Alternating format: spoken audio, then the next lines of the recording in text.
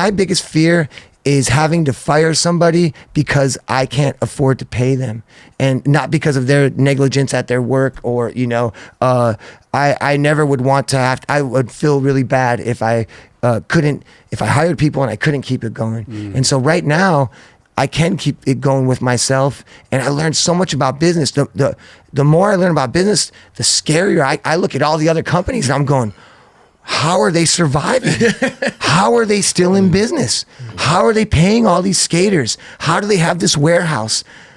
It's crazy. Yeah, it Puts a different perspective on our industry, right? And I stood it 10 years ago when the industry was different, but now everybody's a brand. Everybody's doing what I'm doing. Every skate shop is a brand. Every country has 10 brands that we don't even know about that are the biggest selling brands in their country. So, or hometown for that matter. Doesn't matter, it's not the same. The powers that used to control this industry, it's not the same anymore. And I said this before recently too, is that I believe that the power no longer lies within the industry, it lies within the individual. And each individual has people that want to support them, that followed your career, that followed yours, that followed mine, that followed yours. And like they want to go to your website and buy it right from you. All right, we are back home. We're back at the 9 Club, everybody. Today we have a very special returning guest. Mr. Chad Muska is in the building. How are you, dude? I'm doing okay. My vocal cords have seen better days, but all in all, I'm doing excellent, man. And this has been such an amazing trip. So for those that don't know, I took off out of California 3 years ago. I abandoned pretty much everything that was comfortable to me, everything that my safety zone, my comfort zone. I sold my house. I broke up with my girlfriend, and I took off to Ohio, not even knowing I was going to move there, but I thought I was just going to go help my mom get into a new place and come back here and get something a little bit out on the outskirts of town. You just stayed. I got my mom a house, and I thought we were going to originally get a place together, basically. So I thought, hey, I'm going to go out there. We can get a spot, and I could have basically two places. I want to get a spot out in the desert, and I was somewhere Joshua Tree or Palmdale or somewhere out there a little bit more. And then I could kind of go back and forth to get my mom in a place. And basically, we realized I don't want to live with my mom, and my mom didn't want to live with me, even if it was temporary. Sure. And but in that process, I saw this amazing property. And I saw the seasons, and I saw this green, and I saw a big change and something different than I had ever been. Even though I was born there, I never really lived there and grew up there or skated there or had friends there or anything. But that's my roots. That's where I was born. And so I saw this property, and it was just insane. And it had they were growing food and had fruit trees and grapevines and all kinds of stuff set up that was so amazing, and I was very intrigued by it. I never said once in my life, I knew I wanted land, but it was mainly to create sculptures and to have space to launch my business that I'm working on. And all that was just kind of an additive to the situation. But it looked so beautiful, and it was so cool. And I was like, oh man, this property's, I want to buy it. And but I looked and I go, this is like a huge undertaking. Like, this is a lot of responsibility. This is a lot of work. And I went back and I thought about it for a week, and properties were going quick then too. Like, everything was kind of selling. It was the end of the low interest rates. And so I went back and I really thought it over, and my mind just kept coming back to it. And I said, okay, let me go check it out one more time. And I went and checked it out one more time, and I just was like, this is it. This is my home. I feel it. Like something, like I felt a special connection to it, and I bought this property. I bought a property, 16 acres, out in Ohio. It's a place called Collins. People from Ohio don't even know where Collins is at. It's a very, very, very small. It's not even a town. It's a township, basically. Okay. Cleveland would be the biggest city that people would, recognize and know. And I just went for it. Yeah. And I bought this place, and I helped my mom get into a new place, and I just said, I did California for all these years, and I want to try something different.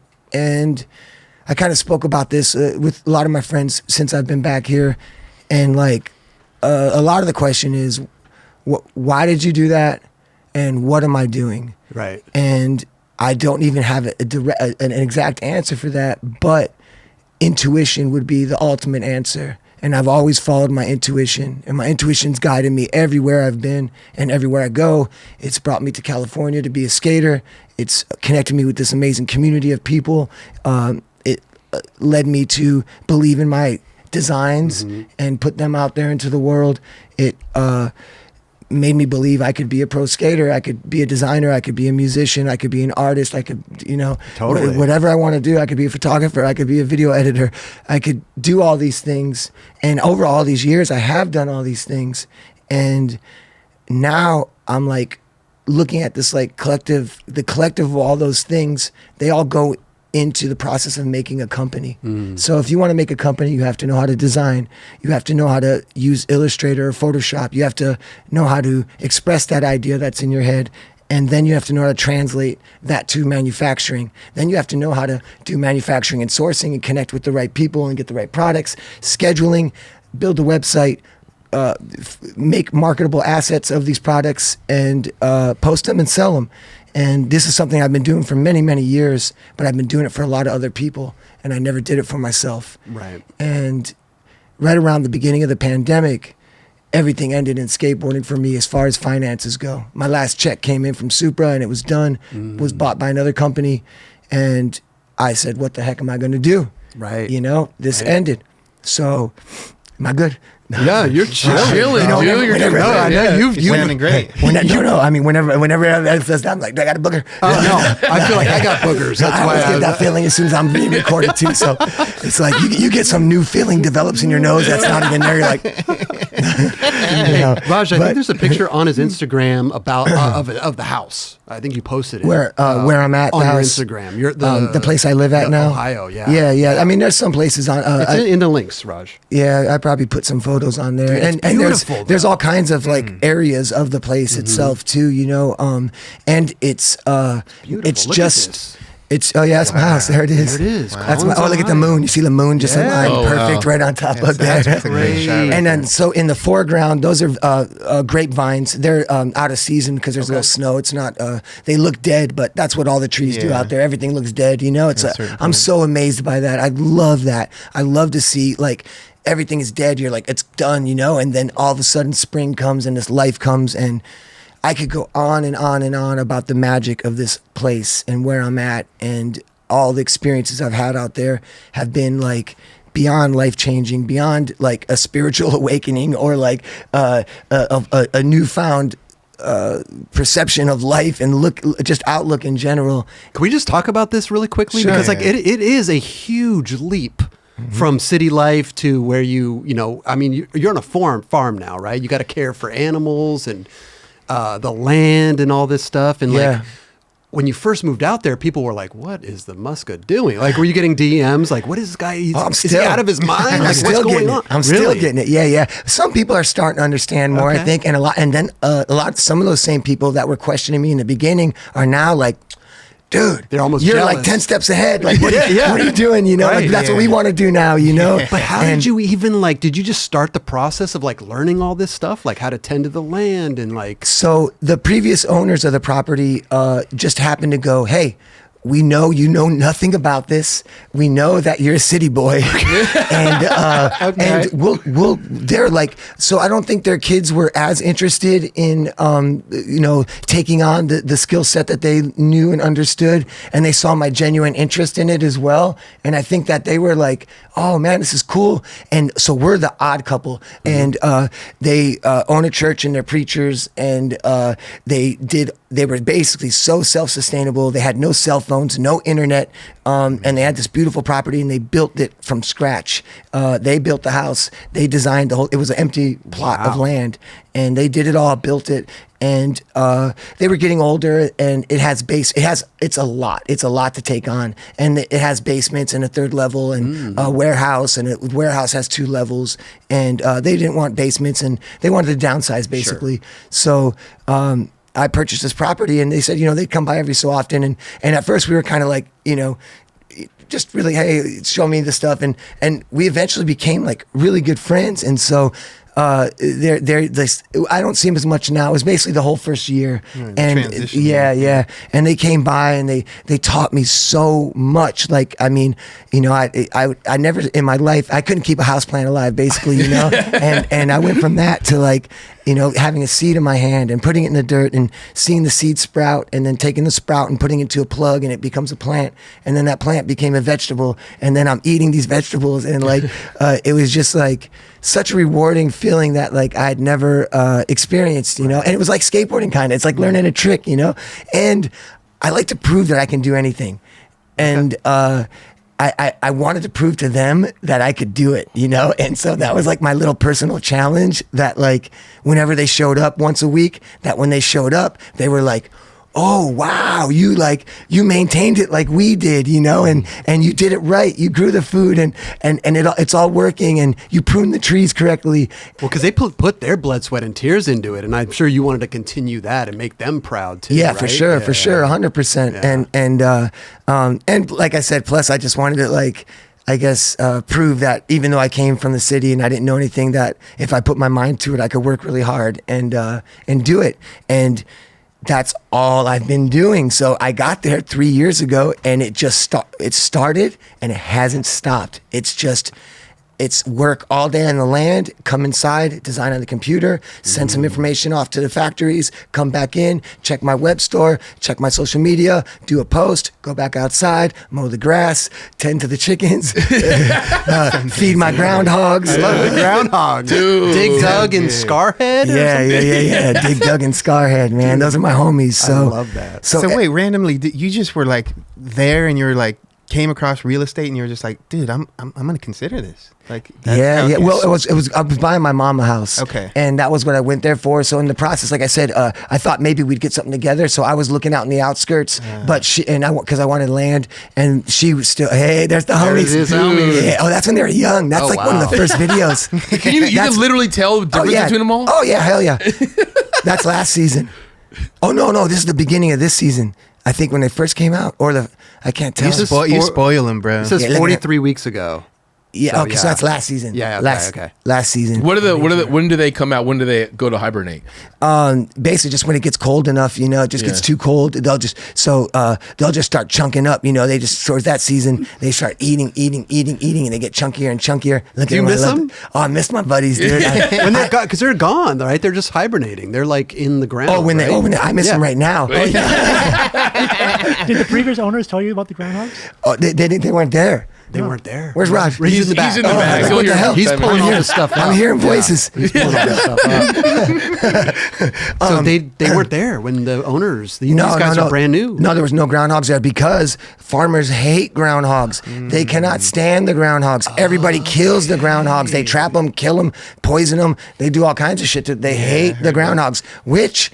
If I was doing it for farming for a living, I would understand. So the way it all happened was, there was 3 greenhouses. I've been doing a lot of minimizing because they had too much stuff there, and I didn't need all that for what I'm doing.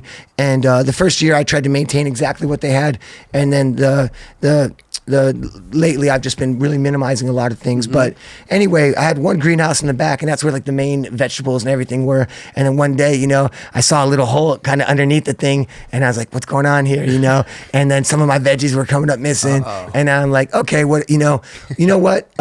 I don't sell the food. I'm not dependent upon that for my survival. And I love animals. I love animals. I love all animals. And I think that, humanity has taken over so much of this planet that like, if I have an opportunity, I just said, you know what? Okay, you guys can have that back greenhouse. It's yours.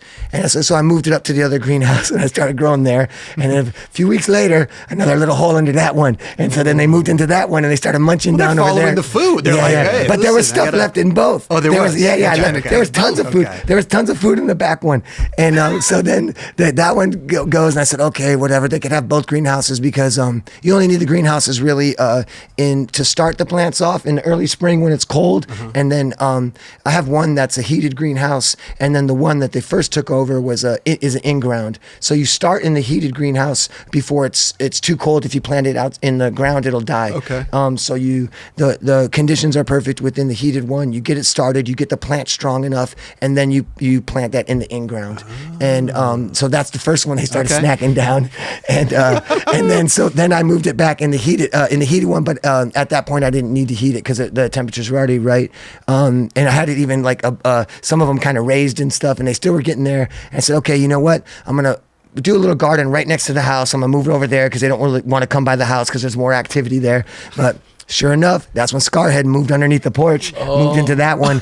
And so there's all kinds of zones going on right now. But let me ask you a question though. But when you leave, like now, do you have somebody that comes and yeah, my best friend Devin, he's OG homie of mine, and you can't let this thing just animals are going to die, plants are going to die. The groundhogs would survive, but one of them moved inside my warehouse, indoors. And I have a big cistern, which is a water tank that collects rainwater. You're treating them too well. Yeah, man. They're getting caught. Pretty soon they're gonna have cable. They're gonna have TVs. They're gonna have But so that one's hibernated inside the greenhouse, which the warehouse underneath. So the water tank is raised up a bit, and so that mug just like he was eating it, snacking up, and then just at one day it didn't show up to snack, So and I'm like, I think it slept. I think it's still under there sleeping, And then I was scared it was going to die because when they burrow, they go into below the frost line, And so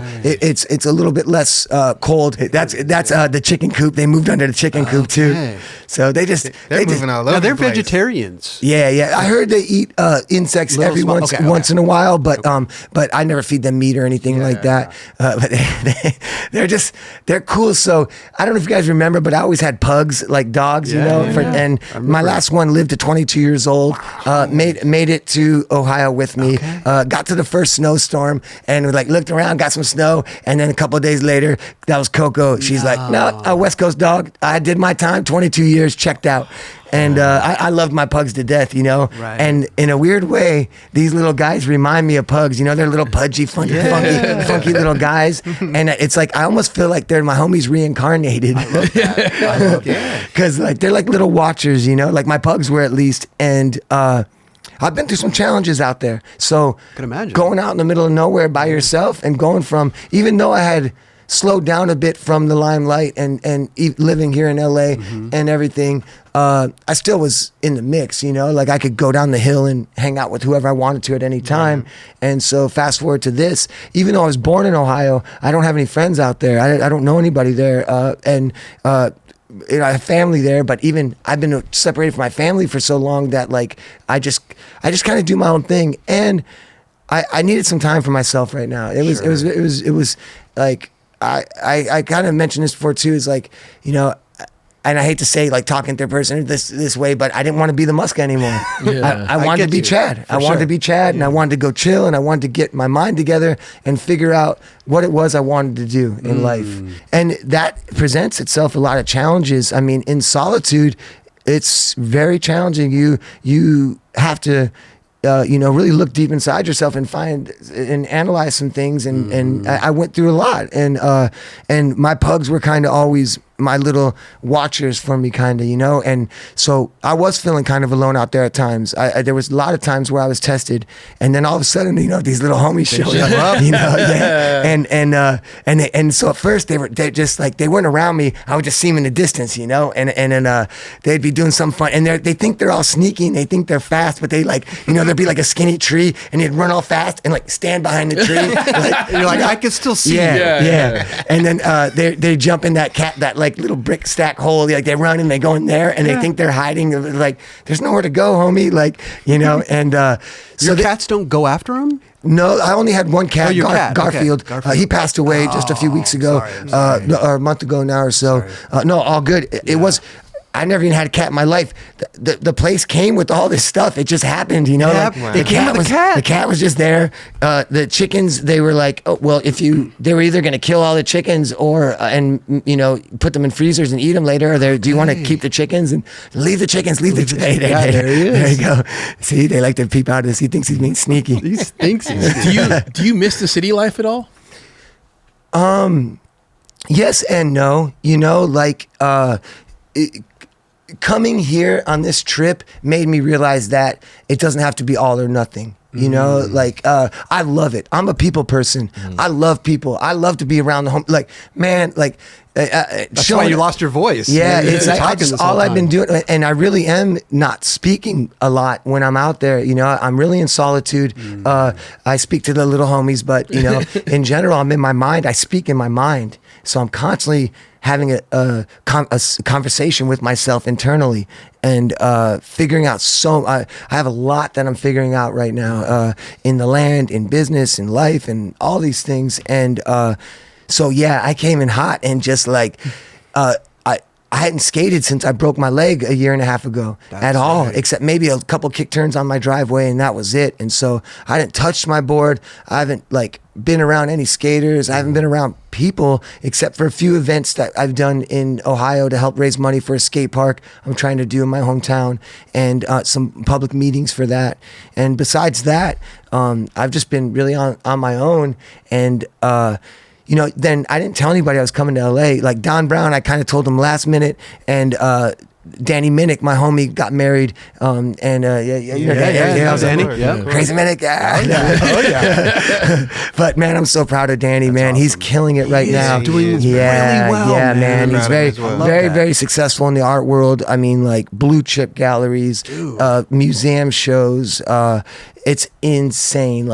And it's crazy because like, I would never want to think that I like thought less of any of my friends, but like sometimes you think you know somebody so much that you almost put limitations on them, and you think like, oh, like they can't do that, or like they're just that's Danny, he's the filmer or something, Right. you know. But boy, did he sure as heck prove me wrong, and I never really thought that all the way, but I had some of those thoughts, you know. And then I seen him start to do some work and like get some momentum, and I was like, whoa, that's crazy. Danny's, because I had been working at it pretty hard too, and like I'd done some good stuff with galleries and stuff, and I'm very happy with what I've done. But then all of a sudden he came in crazy too, and like and then and it just has continued even since I left. It's only got more and more and more, and so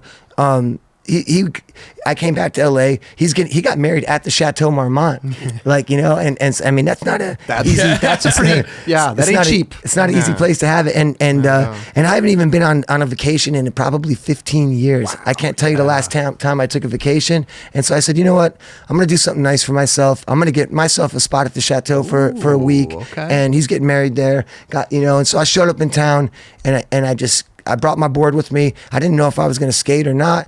And I just said, you know what? The first day, I got in town late at night, one night, and the next morning I woke up, got my board, put my headphones on, and I just hit Sunset Boulevard and just started bombing down the Sunset, headed towards Beverly Hills. And I'm just skating, and man, that energy that you feel, that's what I did. I don't know if you guys remember, but that's what I did every day. Like I drove around and went to skate spots, but a lot of the time I just left my house. I used to live up Kings Road or back in the day, and right there, Sunset and Kings, straight Saddleback Ranch, right up the hill from 5 houses up, right there. Yep. And I used to just every day, leave the car at home, wake up, skate down the hill, hit the streets, go to Brooklyn Projects, meet up with some people for lunch somewhere, you know, go all around, seeing all these people. And so I got that feeling and that sense of memory as I'm skating down Sunset for the first time again. And I'm going, I got my music, and I still see cars go by beeping, Muska, oh shit. And I'm like, and then I started yelling back, you know, and that's when it all, the downhill of my voice began. And I'm like, did you go into a telephone booth and turn into the Muska and then come out? No, in the chateau. I did it in private. In private. Okay. I came prepared this time. I was ready, you know. I was after, like I said, after being Chad for 3 years, I was ready to be the Muska again. I bet it felt good though. I bet, man, just because of all the. But also, when you're out there, you have projects to work on too. Yes, which is really good for the mind as well, to like keep busy and really. And it seems like the perfect place out there. You have the space. Yes. To do all this, like the S drops and the boards and all that, and really be creative. Yeah, and I haven't even finished my warehouse yet. I'm doing that all in my living room right now. No way. Yeah, that's my living room that I work out of. I thought it was another like barn or something. Yeah. I have a big barn, but I haven't really done much. Everything you see me packing the boxes and you know, all those shelving, the shelf rack system that I do everything on. That's my living room. So I'm a pretty big minimalist. I basically have what you see in that video is like my entire like furniture collection that I have. I have a computer desk, a chair, and I have my shelf system, and I have a dining room table, and I have a bed. That's it. And that's all I have. And What about a studio wise? You're shooting photos of yourself and doing all this amazing photography and video. How do you deal with that in there?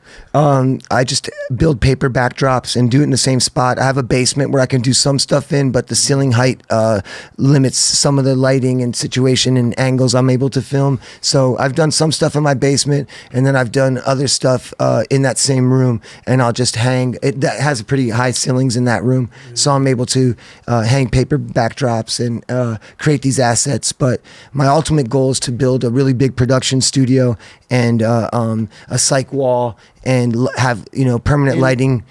You shoot all this by yourself. That's the room right there. Yeah. That's the same room where I do all the photo shoots at. Wow. I believe, or it's in the basement. That might be. No, that's, I don't know, either the basement or the one. But I do all self photography. I film it all. I create all these assets. And I enjoy doing it. I thoroughly enjoy doing it. And I'm only continuing to learn more and develop more. And I'm really focused on Illustrator right now and building tech packs and designing clothing and footwear and skateboard graphics and components for skateboards. And I'm really going all in, and I'm becoming a businessman for the first time. I've always been a skater, I've always been a creator, I've always been part of the marketing assets, but I've never been a businessman.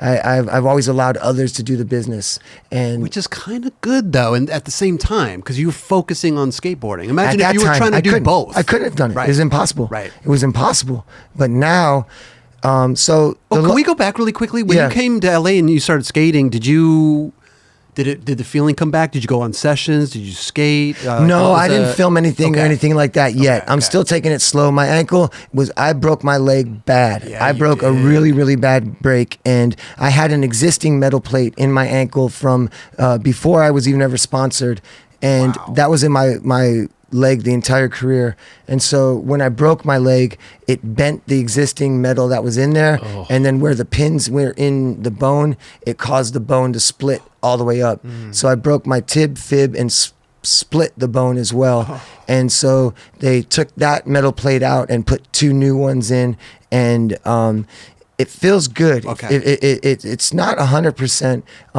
but for walking and everything, it's feeling really good. You feel a little apprehensiveness a little bit? Oh, for sure. Because ultimately, I can't afford to get hurt again right now because I have too much responsibility, and there's nobody else to do it right now because I'm doing everything for this. Right. And my main goal in life right now is financial stability, and I want to build my platform and a little empire and something that can live beyond my ability on my skateboard and possibly beyond my life as well too. Wow. And so I'm kind of like, it's not just a skate company, you know. I'm not a board company, I'm not a clothing company, I'm not a shoe company. I'm doing everything. Whatever I want to do, I'm just going to do it, and it's all labeled under the Muska brand. And I look at it like Stussy or Burton or Calvin Klein or anybody who brands their name and utilizes it to promote the products or the designs that they do. And I feel like you're doing it more artistically, though. Like you touch everything. yes, Like yes, you are just fully all in, and you touch everything. Yeah. yes. Are you fully funding this? Oh, 100%. There's nobody involved. One man corporation. I do Love it. everything. Like I said, I pack the boxes, I ship them, I process the orders, I design, I source, manufacture, customer service, janitor, whatever, anything, everything. Now, how long do you think that you're going to be able to sustain that based on you having like these big ideas and It's I go back and forth because there's a magic about the way I'm doing it right now. And I think people are identifying with it and they see that I am doing this all. And it's like, I think it makes it feel like tangible to some people that might be following me and relatable. Like, it's not this like massive Louis Vuitton fashion show with like $1 billion budget of like robots painting pictures and like, drones painting in the sky and, holograms dancing and, like as we see all these like elaborate kind of money-based, ego-driven fashion and even in skateboarding to some extent, maybe a little bit, not as heavy as the fashion world, but I want to be hands-on. Like I love it. Like I'm trying to learn sewing now, and I like silk screening, and so I'm just at the infant stage of what it is I want to do, and how long it stays at this point, I don't know. But the beautiful thing is we live in a different. We're entering a different world of our industry and of manufacturing, and what does it mean to be a business, and how do you operate this business, and I think one thing that I learned from watching the giants within our skateboarding industry is that they grow, and as they're growing, their infrastructure continuously grows. And then if there's ever a downfall in sales and a slowing down in our industry, they go out of business or they have to fire all the staff and so that's my biggest fear. Is having to fire somebody because I can't afford to pay them, and not because of their negligence at their work or I never would want to have. I would feel really bad if I hired people and I couldn't keep it going. And so right now I can keep it going with myself, and I learned so much about business. The more I learn about business, the scarier I look at all the other companies and I'm going, how are they surviving? How are they still in business? How are they paying all these skaters? How do they have this warehouse? It's crazy. Yeah, it puts a different perspective on our industry, right? And I understood it 10 years ago when the industry was different. But now everybody's a brand. Everybody's doing what I'm doing. Every skate shop is a brand. Every country has 10 brands that we don't even know about that are the biggest selling brands in their country. So, or hometown for that matter. Doesn't matter, it's not the same. The powers that used to control this industry, it's not the same anymore. And I said this before recently too, is that I believe that the power no longer lies within the industry, it lies within the individual. And each individual has people that want to support them, that followed your career, that followed yours, that followed mine, that followed yours. And like they want to go to your website and buy it right from you, and see, and especially if you're signing them or packing them, or like they see that like you it's like, whoa, we're supporting Kelly. Like Kelly's doing this drop, and like, and I just really see that, and it's not going to change the entire industry. The entire industry is not going to go that way. I don't believe there has to be skate shops. There has to be, some sort of unified industry.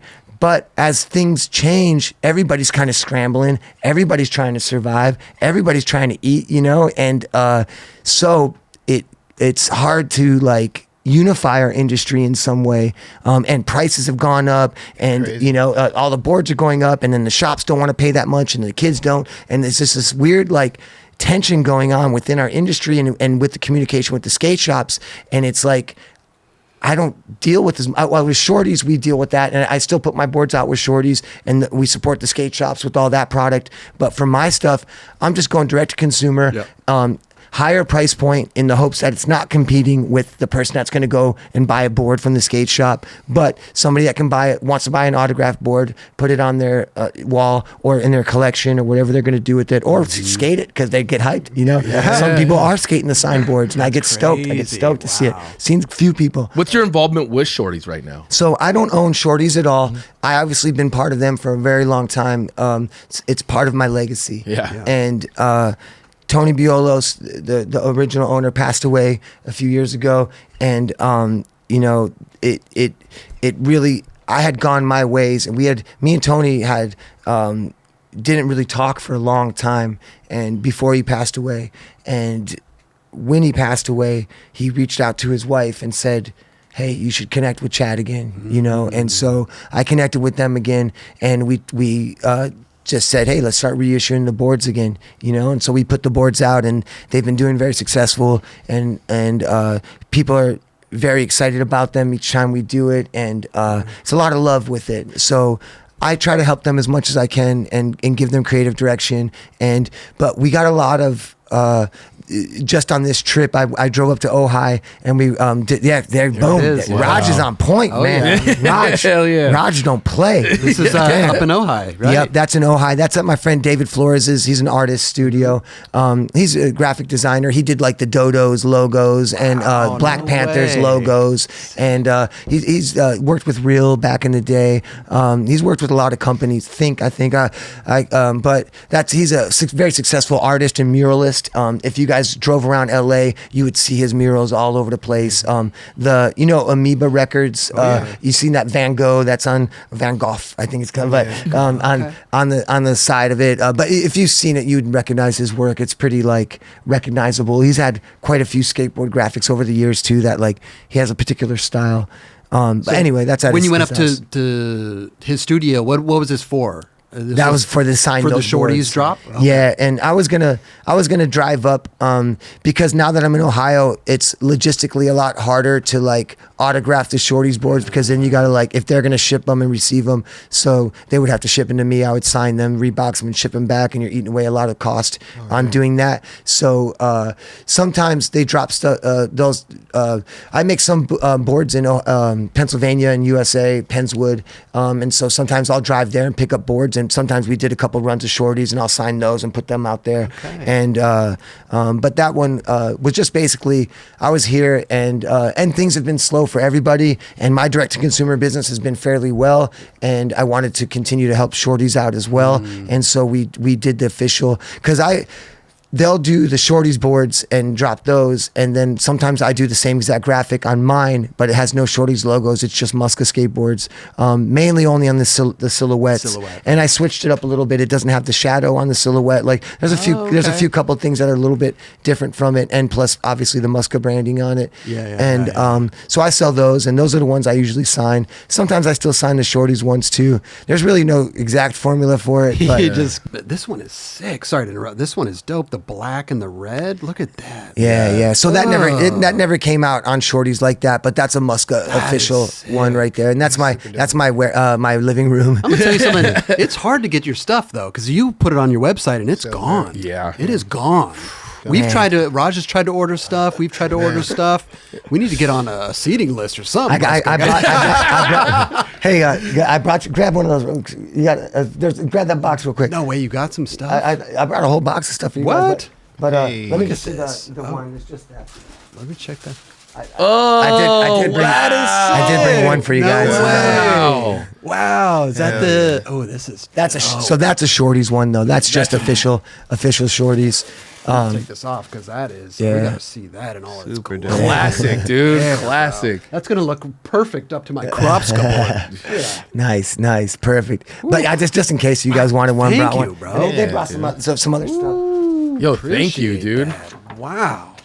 Oh no way!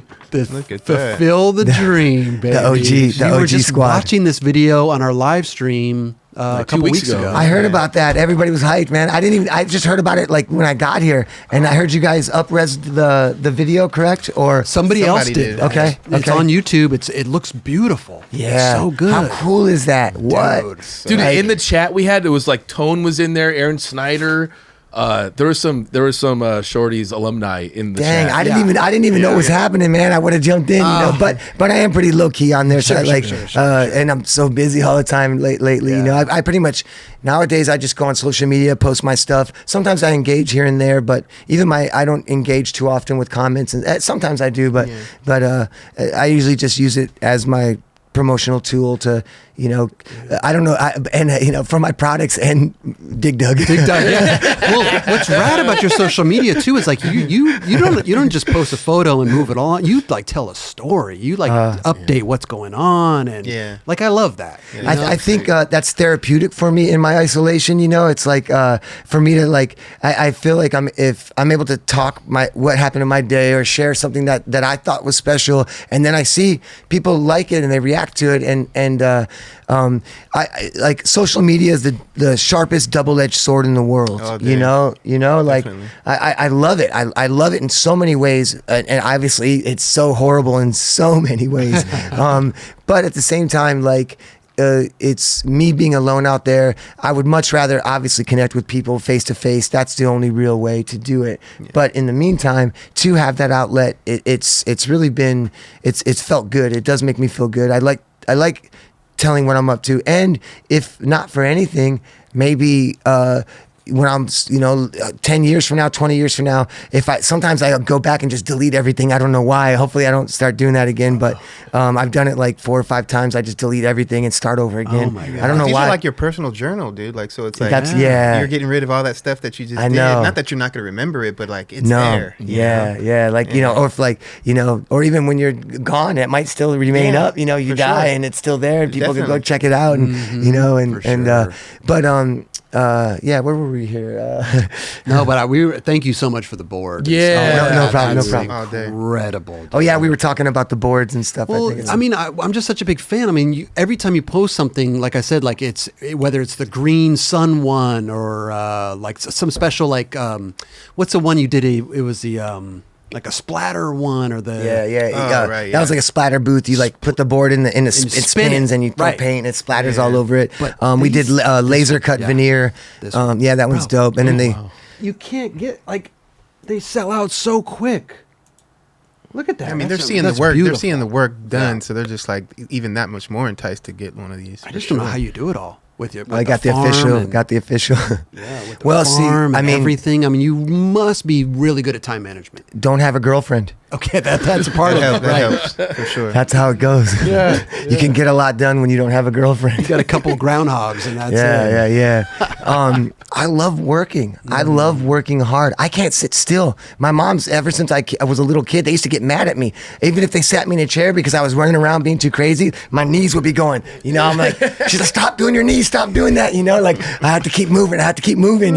So I love being active. And more so than anything, I love manifesting the visions that are in my head. And it's like, skateboarding gave me that opportunity. And, ever since long before I got sponsored, I daydreamed up I may even talked about this on the last episode of like I made up my own company and made logos, and I built a team from the local skaters of the neighborhood, and some of the kids only got on flow and the other kids were sponsored, and and the other kids were bummed they wanted to get on, but there was no product, there was nothing. It was just a drawing on a piece of paper, and it was called Disaster Skateboards. I do remember this. I think I did talk about it. Yeah, about so I've always had this really vivid, active imagination, and crazy enough, I would dream about these things, and so many of them became reality. It's insane, so many things, but I won't go too far because I probably talked about all that stuff already or something. What I truly love and respect about that is your ideas come to fruition, but a lot of people get held back with what other people are going to think, and just our society that's built around that. You know what I mean? A lot of people don't really follow through with their wacky, weird ideas. and Yeah. you give everything a try. I always come through with my wacky, weird ideas. That's what I love, though. Yeah, man. And because I always try to look at the industry and go analyze it and see what's popping at that time and go, what's popping, but what's missing? Like what can I do that's connected to what's culturally relevant at that time, but make it my own somehow, or something special or different, or just pay attention to something outside of skateboarding and get some influences from. At that time I was very influenced by high fashion, and I was watching that world a lot, and I liked craftsmanship, I liked design, I liked all those things, and not as much at this point. I think luxury is all bullshit, and it's a tool to just keep you chasing that carrot, and no matter how much money you get, you're going to try to step it up a little bit more. Right. You get the Louis Vuitton purse, then you get the Gucci car, hybrid, or so, collaboration. Then you get the yacht, and then you got to get the island, and the jet. It never ends, Yeah. and so all those luxury brands and all that stuff. There's good stuff, and if somebody can buy that and it makes them feel good about themselves, that's a good thing. But for myself, I kind of steered away from it a bit, but I also am still interested in design. I love design. I love creating these objects. I struggle sometimes because I do feel there's just too many things out there in the world right now. There's so many brands. There's so much so many things being produced, and a lot of waste associated with that production and the popularity of all these things that is happening. And so I half of me is I don't want to make anything. I don't want to do it. I don't want to add more to this, what's happening in the world. But I kind of justify it by, if I'm not going to do it, somebody else is going to do it. And it seems that the objects I create have been bringing joy to people's lives, and they thoroughly are happy when they get these shoes or this board or whatever it is that we're putting out at the time, and they're thanking me, and it's thank you so much for putting the S reissue shoe out. I couldn't afford those when I was a kid. I always dreamt of having those, and I never was able to have a pair. And I have a job. I'm old. I have my stuff together, and I could buy a pair of S Muskas now. And thank you. And I'm this is insane. For me to be able to create products and sell them to somebody and have them thank me, I'm no, thank you. Thank all those you people for, made it possible. Sure, At the very beginning. Yes, 100%. And I'm in awe of the continued ability that I have to create these projects, put them out there, have successful sell-throughs, and have people still. There's so many different things that I haven't even done yet that they're you got to do this and board and this graphic and this colorway of this, and it's my past is funding my future, because I have futuristic ideas for footwear in our industry. I see things that aren't in our industry. I've always been kind of conceptualized futuristic designs, or at least I thought I did, at least in my mind. I want to create something that really is going to stir this shit up again, because everybody's doing the same shit with the same logos and the same bullshit, and I want to make something that's crazy, and I want to make something that people are going to talk a lot of shit about. What'd you call the ideas? Wacky and weird and wacky. Weird and wacky. For sure. Yeah. And well, it's just the dipping the shoe in the paint, right? Yeah. And then having it drip down onto a canvas and creating an art piece out of that too. Yeah. It's those are those the ideas that you are talking about? Well, now it's more so based on just design. Okay. I want a design aesthetic that but who knows? Maybe I honestly I never know until I'm doing it. You know what I mean? Like but it's look at this. Chad, this is insane. This is so. At first, I was like, "What the hell?" But it's amazing. I love it, bro. And then Very creative. Now, how does something like that pop out of your brain? Are you just oh, I could get paint, or I can get this, and I can dip the shoe, and then this? Do you test it out with some old shoes that are just lying around, or do you just go for it? So I can't remember exactly, but with this one, there was this high fashion designer, CCP Carol Christian Carol Pugh, I think. I can't remember exactly how to pronounce it, but it's CCP. They did some rubber dipped base stuff, and it still had some of the drips. It was a full fashion shoe, you know. Gotcha. So I was inspired by that years ago, but mainly on this colorway. I didn't like the navy on the. I like all white stuff, kind of, you know, and so I didn't like the little navy accents as much on the sole. So I was like, I wanted to mute that part out, kind of, and I just tried one, and I ended up liking it. And as I picked it up, it started dripping on the ground and splattering a little pattern, and I was like, that looks kind of cool, you know, and it was hanging and moving like that automatically a little bit, you know, and yeah, it just was kind of. Everything I do, like, it just kind of happens. I don't know how it happens, and then I just thought that was really cool concept to like have a. And also, while I'm selling direct to consumer, I'm trying to be as respectful of the skate shops as possible, and trying to do the things that I do different. And so the regular S shoes, you know, we're in all the skate shops, and then when I get mine, I try to like at least just put some bells and whistles and switch it up a little bit, and that was a cool thing that could come with the art piece too. And so that was just each time it's a little bit challenging, and I'm getting frustrated, like, oh man, what am I going to do, you know? And but how many pairs are you getting to? I do 100 each time. Okay. Yeah, so just 100 shoes. And I've done it every time, and they sold out every time. And did 20? You didn't do 100 paintings though, did you? You just 50. Did 50. Yeah, I did. Okay. I did 50. They came with the shoe? Yes. So Gotcha. I think so, at least. Yeah. Yes. 50 of them came with the shoe and the painting that did it. There was a lot of paint dripping everywhere, so I put some more paintings underneath. So there was more of them. There was 100 paintings, and then there was 50 shoes. 50 shoes came with the 100 paintings, and then I also sold paintings separately as well, Okay. too. And then the other 50 shoes I just autographed and probably put different laces or hang tags. I do different things like that. Like, here we go. You got one? Let's see. What do you got? You know, yeah. There So you go. like, you know, I'll just sign the backs of them. And then this one, I used to put these arrow tags I had done, but I ran out of those and they discontinued those. These ones were just some other ones I had, just like a little clear label. Right. This was actually not. I used my vacuum sealer and then folded it over and sealed it. This is like supposed to. There's a square right there, and then it's supposed to.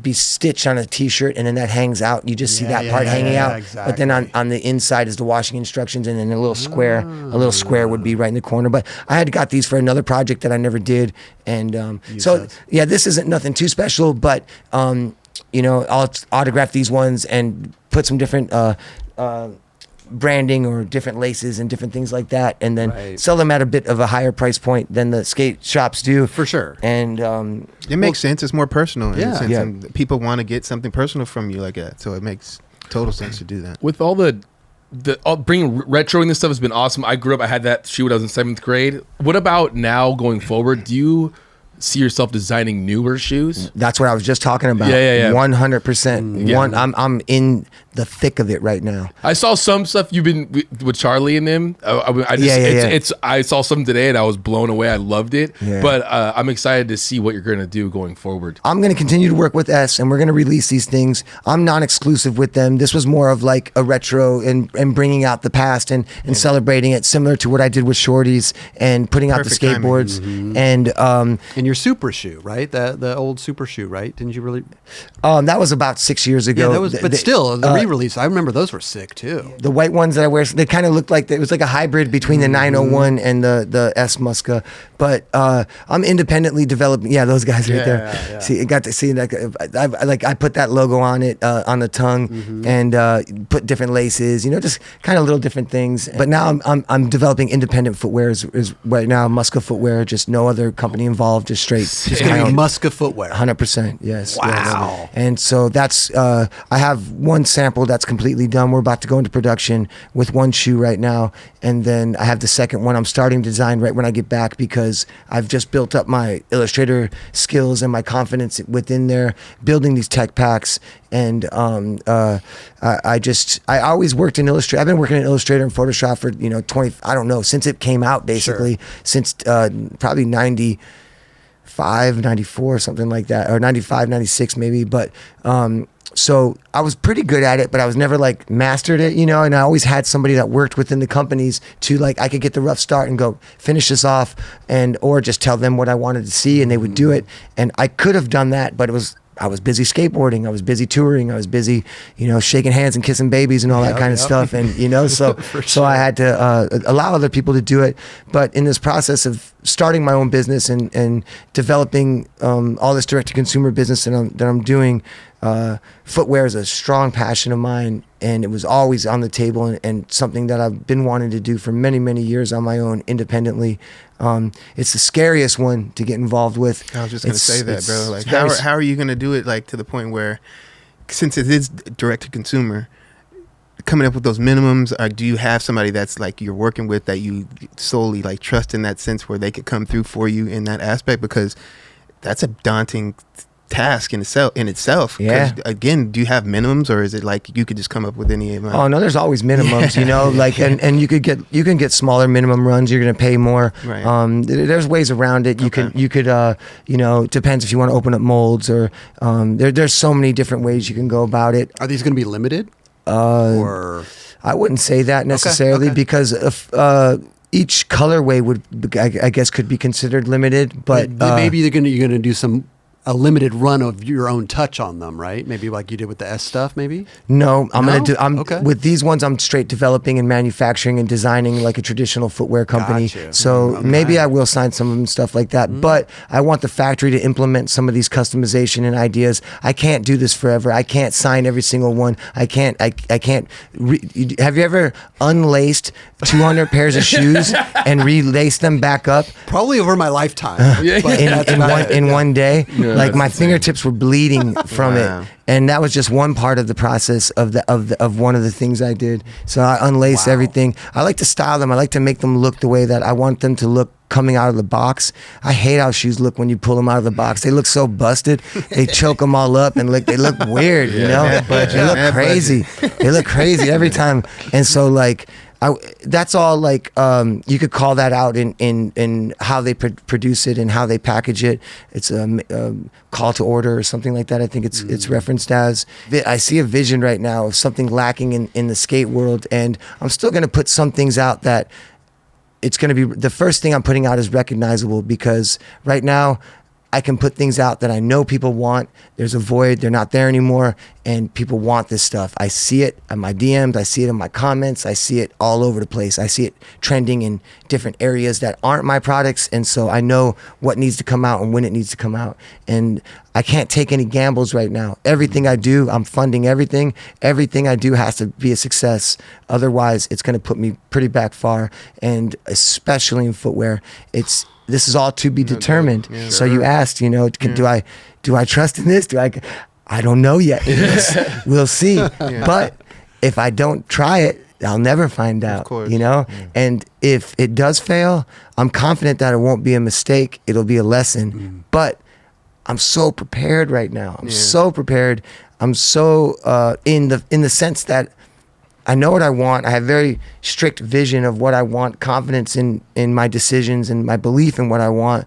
And I am able to articulate that through my designs, through my tech packs that I build in Illustrator. I have one footwear guy that's working with me, Josh Brubaker. He designed the Sky Top with me originally. And we've worked together for years. We started talking a few years ago about this project that we're working on now, and he helped me out with.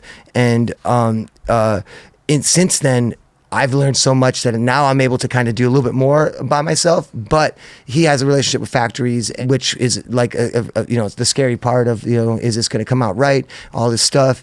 But in that sense, I have some sort of somebody to bounce off things and somebody to help me out with, and that. And I've always been guided by the people that I've worked with, and I absorb everything. I watch and I see what's going on. And as we launched Circa and as we launched Supra, and when I worked with S, and since the beginning, you know, first time I worked with S, I was, you know, with French Franck, and you know, we're in there and I'm drawing stuff on napkins and bringing it in, and he's interpreting that and drawing his version, and then I'm seeing how he's doing it, and then they're sending it off on the computer. I remember I was like so amazed by that, you know, and then I got my first shoe, and it did well at that time, and I was just like, because I was into footwear, you know, like I was down with like getting shell toe Adidas with fat laces and Pumas and like British Knights and Diodoras, and like I had all this, like, even though I was broke, I always wanted dope shoes, you know, like I loved, like,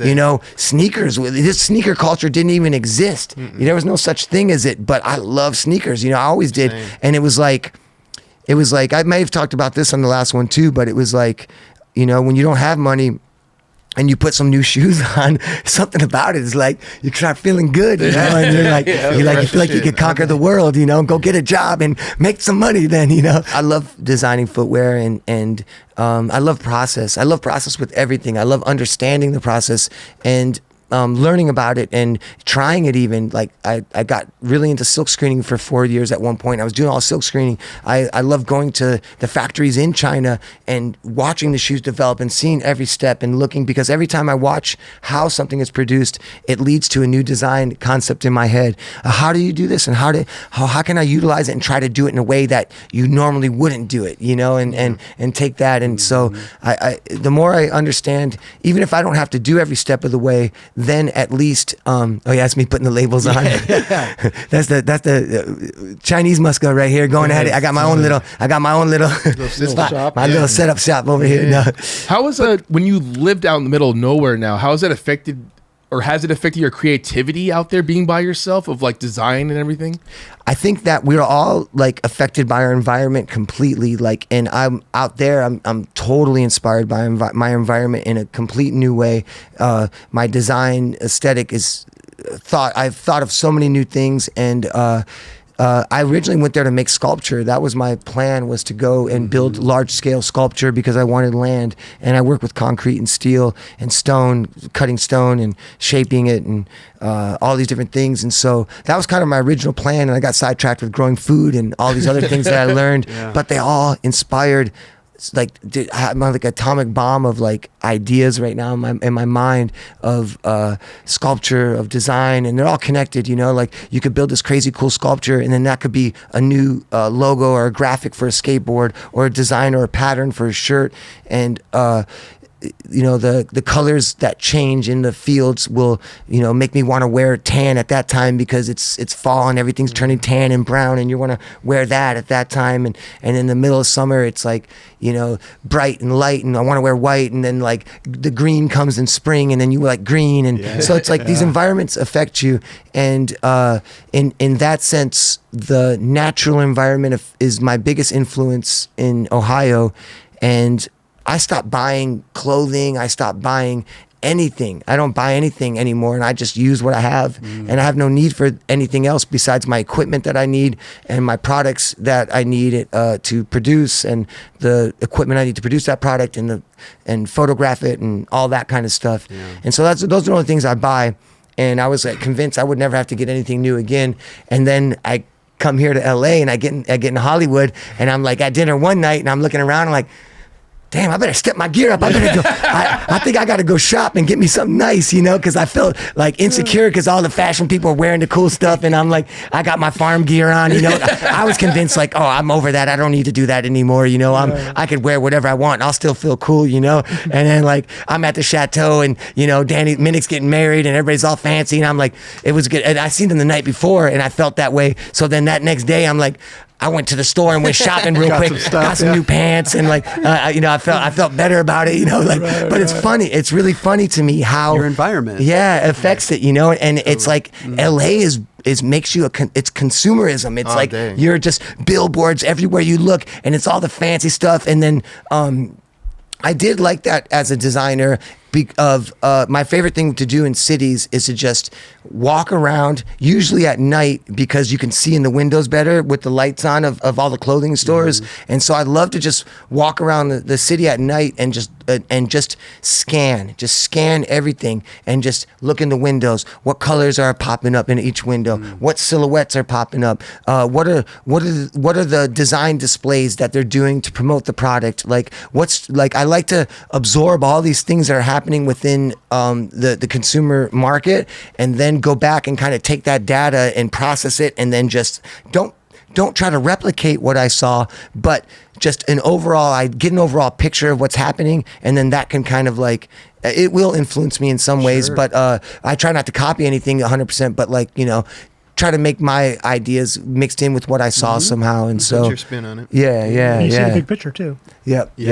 Yeah, Raj. I love when he pops in. Your shoes that you were talking about, though, was those the Muska brand shoes? Are those more fashion based or like skateboarding based? Like where are we at? Hybrid. Hybrid. Yes. Okay. Yes. Okay. Yes. I want to make something ridiculous. I want to make something, but it's still functional. Functional fashion. I think that was S's tagline back in the day, wasn't it? Didn't they have functional fashion or something like that? Maybe I made that up. That's your name. Take it with you. So you want people to be like skating them and chilling them and do whatever they want. Well, like, I mean, look what's happening in high fashion right now and how much they've taken from the skate culture.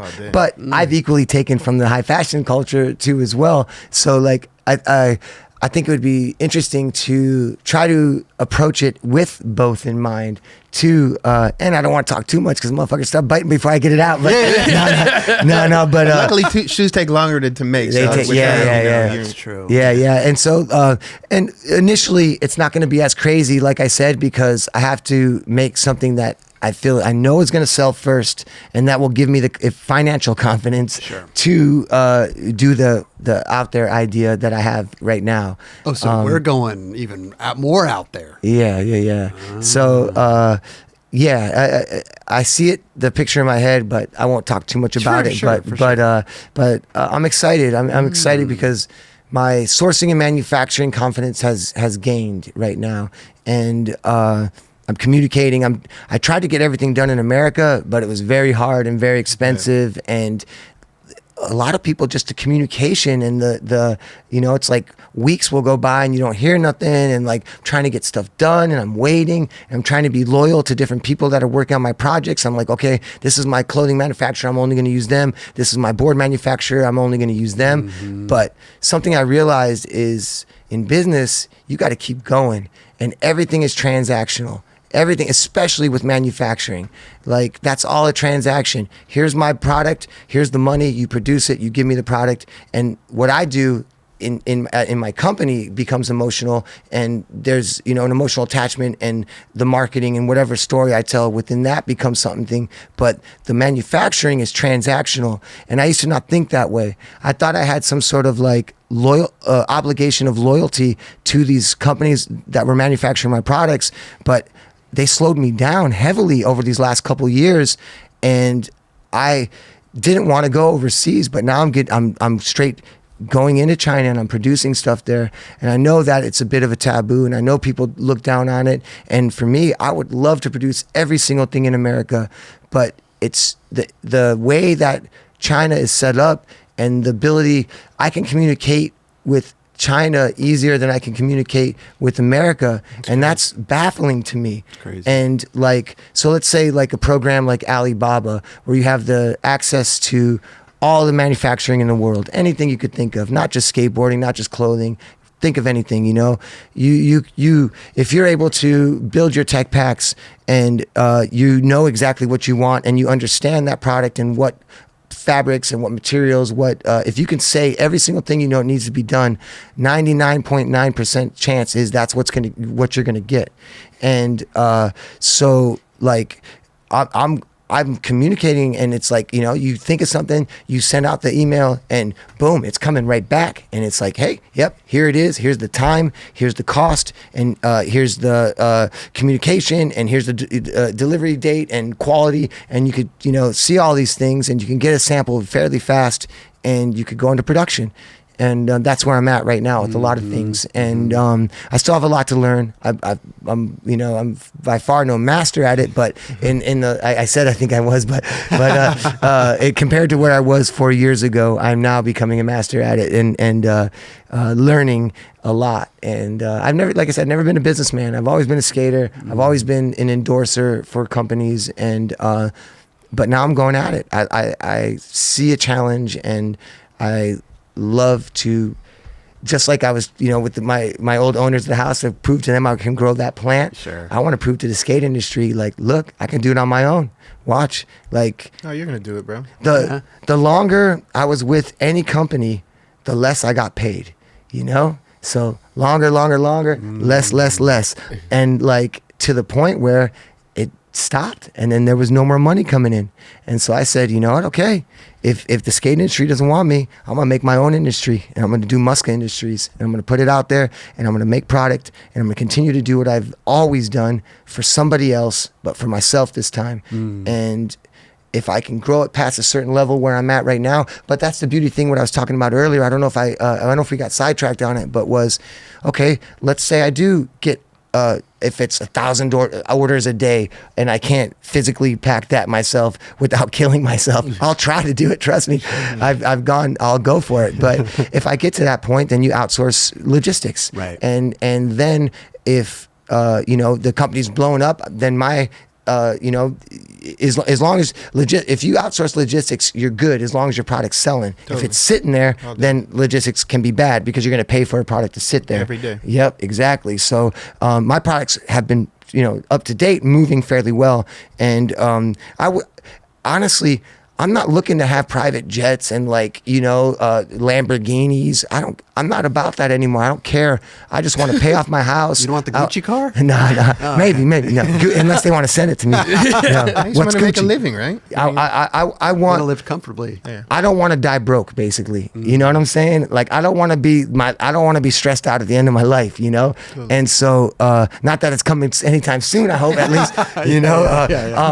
But I just want to pay off my house. I want to pay off my mom's house, and I want to be able to do the creative things I love to do, and I want to get myself right, because I know once I get my stuff right, once that's done, then everything else is going to be for others. Then at that point, and I'm still trying to do stuff for others along the way too. Like I'll do collaborations with Steve Olson. We did a collaboration together, I saw that.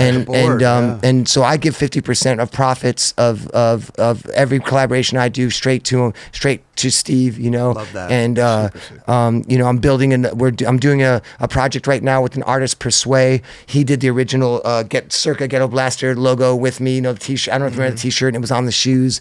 And he's the graphic designer that worked with me on that. The shirts just landed while I was here, actually. And so I'll get back and I'll drop that next. And I'm able to give back to him because he created something iconic with me at that time.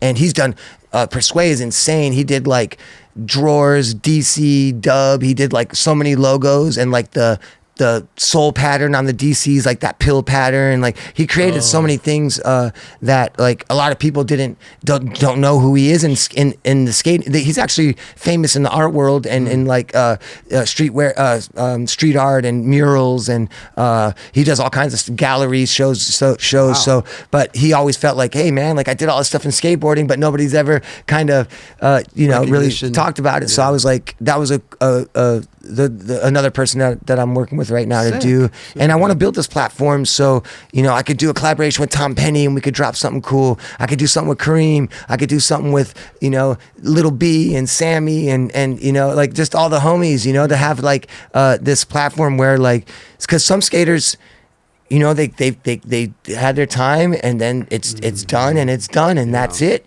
but they still, because I guess everybody isn't able to like build a website and to design products and to sell them and market them, and it's I think it's easy because I've just been doing it for so long and I love to do it, but some people aren't as computer savvy or it's overwhelming because it can be like but it's also a skill set that you've built though, like you said, like you couldn't have done that when you were skating, right? And I think a lot of skaters fall into that category too. And even you were saying too, it's like the longer you were with the company, the less you got paid. Like imagine just you're the Muska now, let me tell you. But imagine just a normal skateboarder. Like, imagine that trajectory. Like, and maybe 5 years of it, you know, like the whole total, you know, like I can't, like, oh man, like I've been blessed to have this, you know, not that I didn't work my ass off and continue to do so every single day. Like, this shit ain't gonna happen on its own. You know, like if I would have gave up and waited for that next check, I would have been working construction right now. That was it. That was, you know, and I actually, right when this all happened, I was like, the pandemic hit and I didn't know what the heck I was gonna do. And I started thinking I'm gonna have to work construction. So that's when I owned my house in LA here still. I started building a retaining wall just to get my skill set down. I know you did it. Yeah, I built a whole retaining wall. I hand dug a ditch with a shovel. I laid all the rebar out. I poured the concrete. I did every single thing for this retainer wall because I was like mentally preparing myself. You're in panic mode. Like I'm about to go to the workforce. And I say that with all due respect to everybody who works hard and does that for a living, because that is amazing. Anybody who works their ass off, if you're a janitor and you work that job and you clean that toilet with pride, hell yeah. If you work construction, you know, anybody who works hard, I would never disrespect that. I have the most respect for anybody who does that, and I'm not saying that that would have been a bad thing for me. For sure. But you were getting prepared. I was trying to figure out so we all come to crossroads in life. What are you going to do? So I was just trying to figure out what I was going to do. Right. So I want to make sure that I wasn't saying that in a negative way. I get you. But I didn't want to do that. I'll be honest, you know, maybe if I had my own construction company and I was working for myself, but I didn't want to wake up at 7 every morning and have to go work for somebody. I wake up at 6 in the morning every day and work for myself right now, and I love it. And I haven't missed a beat every single morning. 6 o'clock up, outside, fresh air, the chickens. I haven't been sick in 5 years, not even a cold, nothing. This is no sickness. This is just me being an idiot and talking too much. And you're hyped. I'm not stopping. I have a feeling after this ends, I'm gonna go home and it's gonna shut. It's gonna somehow it's coming back. It's going pretty good. You're doing good. It's going pretty good. The beginning was a little rocky. You came in just hoarse. Yeah, guys. It's working up, but I have a feeling I'm gonna pay for it later. But it's all good. I don't have to talk for 3 more years again. No. I'm not going to be gone for 3 years again. So, man, sorry if I haven't been talking to anybody, so I won't shut up. I already talked as it was. Dude, you're under text here. You're like, hey, my voice is kind of messed up, so I probably won't talk at all. And I'm like, yeah, right. But dude, okay, let's fast forward to this and. You know, not being here for so long, 3 years gone, and just being on my own, doing my thing, and showing up here in LA. And there's this new kid. We're flown for Shortys, Ivan, and he rips. He was off in Europe winning every contest. He broke his arm a while ago, and he was winning all the contests, and he broke his arm, was out for a minute, and then as soon as he back, first contest he entered, won, second contest, first place. Wow. So and I hadn't met him in person yet, and so he hit me up. Was that? I don't even know if it was yesterday or the day before. I'm so mixed up with what day was what or when it was. But he's like, I'm going to Jkwon if you want to meet up, and I'm like, all right, you're gonna go to Jkwon, and I was like, damn, I don't know if I want to roll over there really, you know, like I was kind of thinking like if I'm going to go to the skate spot, because I've been trying to see a lot of people and I've been bouncing around like and just personal friends and skate friends and work friends. And I mean, all kinds of mix of everything. I didn't realize how many people I had to catch up with until I got here, you know? So anyway, we pull up to Jkwon and I see the squad's pretty thick there. You know, there's a bunch of homies, and I kind of skated around the side and we went up the backside stairs up there and then came through and rolled up, and then like I'm skating up and I look and then like the whole place just like stopped and they were kind of silent for a minute and they were just like staring, and I'm like, what the hell's going on? And they're like, I can't even do it because I'm going to hurt my voice. But then, Muska, what up? And they all ran and were hugging me and Pounds and little Stevie and B and like Cooley and Ivan and my homie Griffith. And it was like all this crew was there and they're just like yelling, like screaming, like it was like you just landed some badass trick or something. And I just rolled up on them, and it was just the best feeling, man. And like I just can't put into words what that feeling was. And like it just was happening and everything, you know. And then it didn't all sink in until I got home that night, and I'm laying in bed, and I'm like, what just happened today? You know, and that was just part of the day. There were so many things that happened that day. And that might have been yesterday, dude. That was yesterday. On Sunday. Because you always skate Sunday. Oh yeah, it was Sunday. It was yesterday. It was yesterday. So like, I was laying in bed. That was last night. So I was laying in bed and I was just like, there was somebody caught it on video. I think I reposted or collaborated on the post, and I never collaborated much, but I did on that one because this dude caught the moment, and I just was watching it, and I was like, "This is pure like joy and happiness." And it was like, and like I got emotional. I started crying last night. I'm not gonna lie, man. That shit brought me to tears in my bed because I don't want to cry on 9 Club, you know, like, but like it's happy. It was like, I was so emotional from it. And I was like, Stevie and the homies and like, and especially after not being around it for so long. And I was like, it just like, it just ran through me, you know, like it was like just the best feeling, man. And like, I love skateboarding so much. And like all of our community and all these people, like, it's just like the most beautiful thing, and I owe my life to it, and it just they're the homies. The homies. Yeah, man. See, like, you know, just look at that smile with the homie. That's Kite Tunes, and he gave me a Get Up Blaster back in the day, and man, like just all those guys, man, like just you know, skateboard camaraderie, bro. It's just so pure. Did you know that Lil B was going to be there? Did you know? You didn't know Brendan Turner? Well, I picked him up before, but I didn't know he was going to be in LA. Oh, okay. And so none of this was planned. This is my entire life. Just works like this, you know. Like it's just like, and I knew it. It just started with me pushing down Sunset Boulevard, and a couple people said, "What up?" And I popped into Brooklyn Projects. There, oh shit! And Dom didn't know I was coming, and he wasn't there, and then he got all mad. You know, wait, what you gonna? When you gonna come down? Well, he just opened up another shop. Yeah, he was right over there. Yeah. I ended up connecting with them and seeing, you know, Dom, Brooklyn Dom, my homie. You know, calm down, Dom. It's gonna be okay. Everything's gonna be okay, Dom. I love that motherfucker. He knows it. It was funny too. You have a legacy there for the most part. You never skated the ledges, but the gap to ledge, you have the opening clip in in the video part there. Yeah, that's some legacy. Yeah. I mean, nothing compared to like Guy or like Gino or some of the shit that went down there was like. You were one of the first. Cool, man. Yeah, it was my opener to my part, you know. Yeah. And then the cops bust me after I had to try to switch fronts. I shot out, and they're like, whoop. Fuck the police, and then the part starts. So sick, dude. I like the police now. They're all good. I know they got a bad rep, man. You know, a lot of people hate the police, but without them, this place would be a pretty sketchy spot. I used to hate them, you know, because they kicked us out of places and everything. But I wish I didn't put that in the video part. Actually, to be honest. Well, I mean, but here's the thing, though. When you were saying about the Jkwon thing, is like you haven't experienced that in so many years, and so I can imagine you breaking down because it's such an emotional thing to see all these people and interact like that and just get the love, man. You know, like, dude, bro, it was, people and so, love you. And so that scene you saw right there was everywhere I was going. It was like, show up this way. I went into Supreme. So I rolled up to Supreme and rolled in, you know, and I'm like, like, you know, is this gonna be Cool Guy Central? I don't know what's going on there nowadays, you know what I mean? And like, and then same thing, rolled in, the whole kind of store stopped and looked around and like, yo, what up, Muska? What up, yo? And then they started lacing me up with gear and all this stuff, you know? And then it was like, and then just skating down the street, I ran into this, my old graffiti homies. They do this cruise CBS, and they were my idols when I was a kid. And, yeah. So I was a Vegas graffiti rat, you know, and like CBS was like gods to us, you know? And first time I ever came to the Melrose alleys, I saw that graffiti and I met my heroes, and they're the coolest motherfuckers, and they became my great friends, and I hadn't seen them in years. Oh, there we go. Jkwon. And now fools are hitting that whole thing like nothing. Dude, you know, just going the distance, the whole.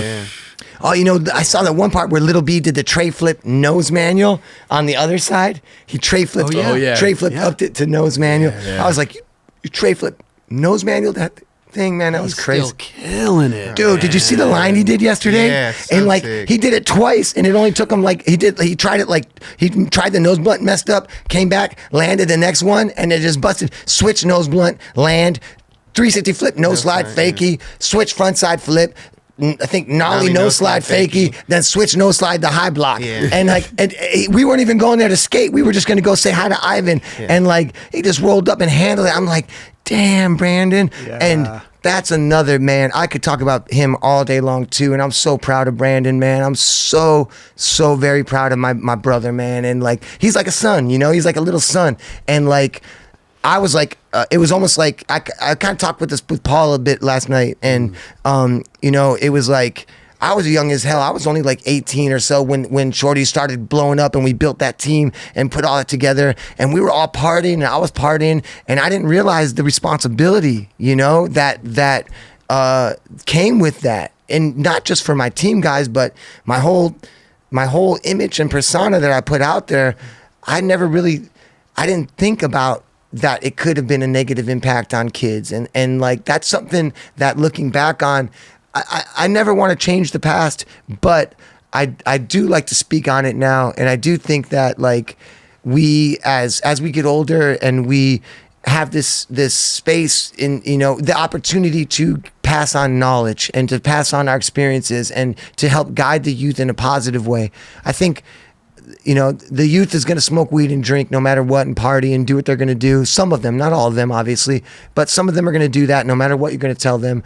But when I was a kid, like, I really didn't have the tools to deal with anything, you know, like, nobody really, it was encouraged, you know, like, and I was like 12, 13 years old, smoking weed and drinking with like 18, 19 year olds when I was that young. And then when I got to 18 and 19, the OG, you know, Brandon was so good. Sometimes when kids were so good at skating, you're like, they're an OG already, you know, they're so good. They're like, they're already the homie, you know. It's like Javier was Nunez, you know, from Supreme, you know, he was, you know, Looking Kids movie, they're smoking weed and kids, and he was like 10 years old or some shit, you know. I don't know how old he was exactly, but, you know, he's smoking weed in the movie, and he was just an OG hanging with the homies, and that was how we were back then, kind of, you know. And you know, and then I didn't think that, like, maybe some kids that partied wouldn't have the power to have self-control later, and it led to partying harder and harder and harder. And, you know, Brandon ended up in prison. Right. And he got locked up, and he had a 2-year sentence. I think he even did jail time before that for something. And to see him go through all that and come out of it, and, you know, find sobriety and find a way to not only kill it on his skateboard insanely hard, like, and I thought he was like maybe slowing down now until yesterday, and I'm like, Jesus, this dude is like, he's better than he was when he was a kid. Crazy. Like, you know, like, he's so good. And now he runs an addiction center and a mental health recovery center. And there's a strong connection between those two problems, addiction, mental health. There's they go hand in hand, you know, and I didn't even know the full extent of what he was doing. And I found out a lot yesterday that we got to hang out, and I'm just like, I'm so proud of Brandon. And I'm just like, I'm so happy to connect with him, and I don't know where I was going with that, but we were all there at Jkwon, and everybody was ripping, and it's just like such amazing community, man, Well, even back home, you're still involved, even though you're not that. You're still involved. You're just trying to get a skate park built. Yes. In where is it? Lorain? Is that how you pronounce it? Lorain, Ohio. Lorain, Ohio. So how's that going? I was born in Lorain, Ohio, and the city. One of the ladies that works at the city knew my mom, and when I first got out there, she wanted to get a skate park going, and it's been a bit tricky. Like, the city kind of goes, you know, it's like sometimes there's a lot happening, then it slows down, and then we have waves. But right now we're in a really good spot in a good wave, and we're working with Spawn Ranch, their designers, and we just went over several designs on last Monday. And that's soon, right? Really? Yeah. So we'll pick the final design now, and then from the design, which will probably be picked within the next couple of weeks, and then we'll go into construction bid after that. We have some funds raised now. We'll still have to raise some more funds. Okay. About a month ago, I released. I sold 400 skateboards in 2 weeks on my site. I did 100 of them at $200 a piece, and I raised $20,000 for the skate park on that drop. So I'm going to continue to try to do things as I can. I'm still working on myself. I need to financially get my stuff together as much. I'm not on that Tony Hawk level yet, you know, but I'm trying, you know, I'm trying to get there. And that's why I was talking about earlier, where I'll be able, the more I do for myself and get my platform up and running and financially secure, the more I'll be able to do for things like this project. And hopefully, when we get this skate park done and going, this will be, maybe inspirational for me to start the Muska Foundation and then start doing more things and building more stuff. I have so many visions for skate parks because I work with concrete and design, and I want to build some more abstract type skate parks. But the first one I do, we have a very strong BMX community there as well. So I really want to cater to the BMX community to make sure it's inclusive for all the people that in Ohio, it's a really strong skater. BMXs are homies, like they're like the same thing pretty much. At least that's how I saw it. And there was like a lot of BMX specific indoor parks that allowed skateboarding for many, many years. This place, Changa World, and I think there was a few other ones. And so like, I really want to make sure that this one's going to be a bit more of a traditional street plaza with some transition and a bowl as well too. That's where we're at right now. Okay. We want to design it in a way that where it can be built in phases. We can sort of modular where we can extend on it and built in phase 1, phase 2, but we want to make sure that the phase 1 is something special as well too. Right. So that's kind of where we're at with that. It would be really such a great feeling to get the skate park built in the place where I was born. Yeah, even though I didn't grow up skateboarding there, it's still where I'm from. Yeah. And another thing about moving to Ohio is that I was always like, yeah, skate parks, whatever. I hate skate parks. I'm a street skater. I want to go skate street. I don't like skate parks. I never really liked skate parks. Try to go live in the middle of nowhere. Right? You need a skate park. There's no concrete. And I just never realized the importance of it until living there. And then anywhere there is concrete, you're going to get arrested, or kicked out. And then there's not much to skate, and unless you go into Cleveland, and especially in the small, Lorain's a town. It's like a city, but it's not it doesn't have a downtown. It has a downtown, but not big buildings and stuff like that. Right. But most of those areas where they don't allow skateboarding, and it's so these kids don't have anywhere to go. They really don't. And it's I'm like, oh, okay, I understand now, and I just never really thought about it in that sense until you're another thing with environment and perspective, Sure. It was a good lesson. Yeah. So they don't have a actual date that they're going to open this up, but it's getting close. It's moving forward. The design aspect is moving forward, gotcha. And then the next step will be the construction bid. Right. Once we have the construction bid accepted, then we'll have a date where they'll break ground, and we'll know a bit more, and we'll know how much money that still needed to get at this point. The city had some money, then they didn't have as much as they thought at first, and then but we're gonna figure it out. I think we have a good group of people that community that will help make this happen. How big is Lorain? Do we know the population there? I'm so bad with stuff like that. I don't know. Raj. Yeah. He'll look it up. No, I'm just interested. AI. Raj is like AI. You just say things and it magically appears here. Exactly. Lorain. So Wikipedia says in 2022, 65,000. Okay. 65,000. So I don't even know what a comparison is to. I'm not sure. Is that a big town or a small town? I mean, Los Angeles has millions. You can't millions. Google this. Population of Collins, Ohio. Okay. That's where I live. Collins, Ohio. Let's see. Population. Collins, Ohio. Here we go. What do you think? I know what it is. Oh, you know what it is? Yeah. Okay. Well, I want you to say. In 2022, it was 444 people. So my whole town has 444 people. Wow. Everybody knows everybody. Is that true? How far away is the closest neighbor to you? You could see neighbors. You could see them. Yeah. Okay. And Are you close with them?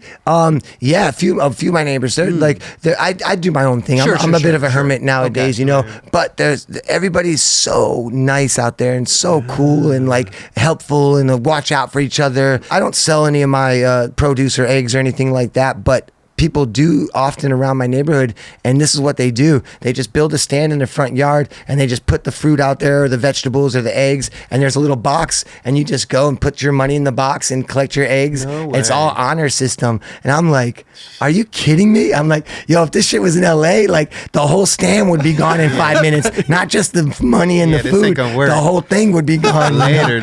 So that kind of tells you what's going on over there. You know what I mean? It's beautiful. I had mentioned to you earlier beforehand because you brought your honey for your throat and everything for your but have you ever thought about getting bees out there? Yeah, I definitely thought of it. Yeah, for sure. Like, I mean, bees are so important to you have to pollinate everything. Everything has to be pollinated. Right. Your fruit trees, your strawberries, anything that flowers, if it's not pollinated by a bee, it's not going to produce fruit or, the berries, they all have to be pollinated.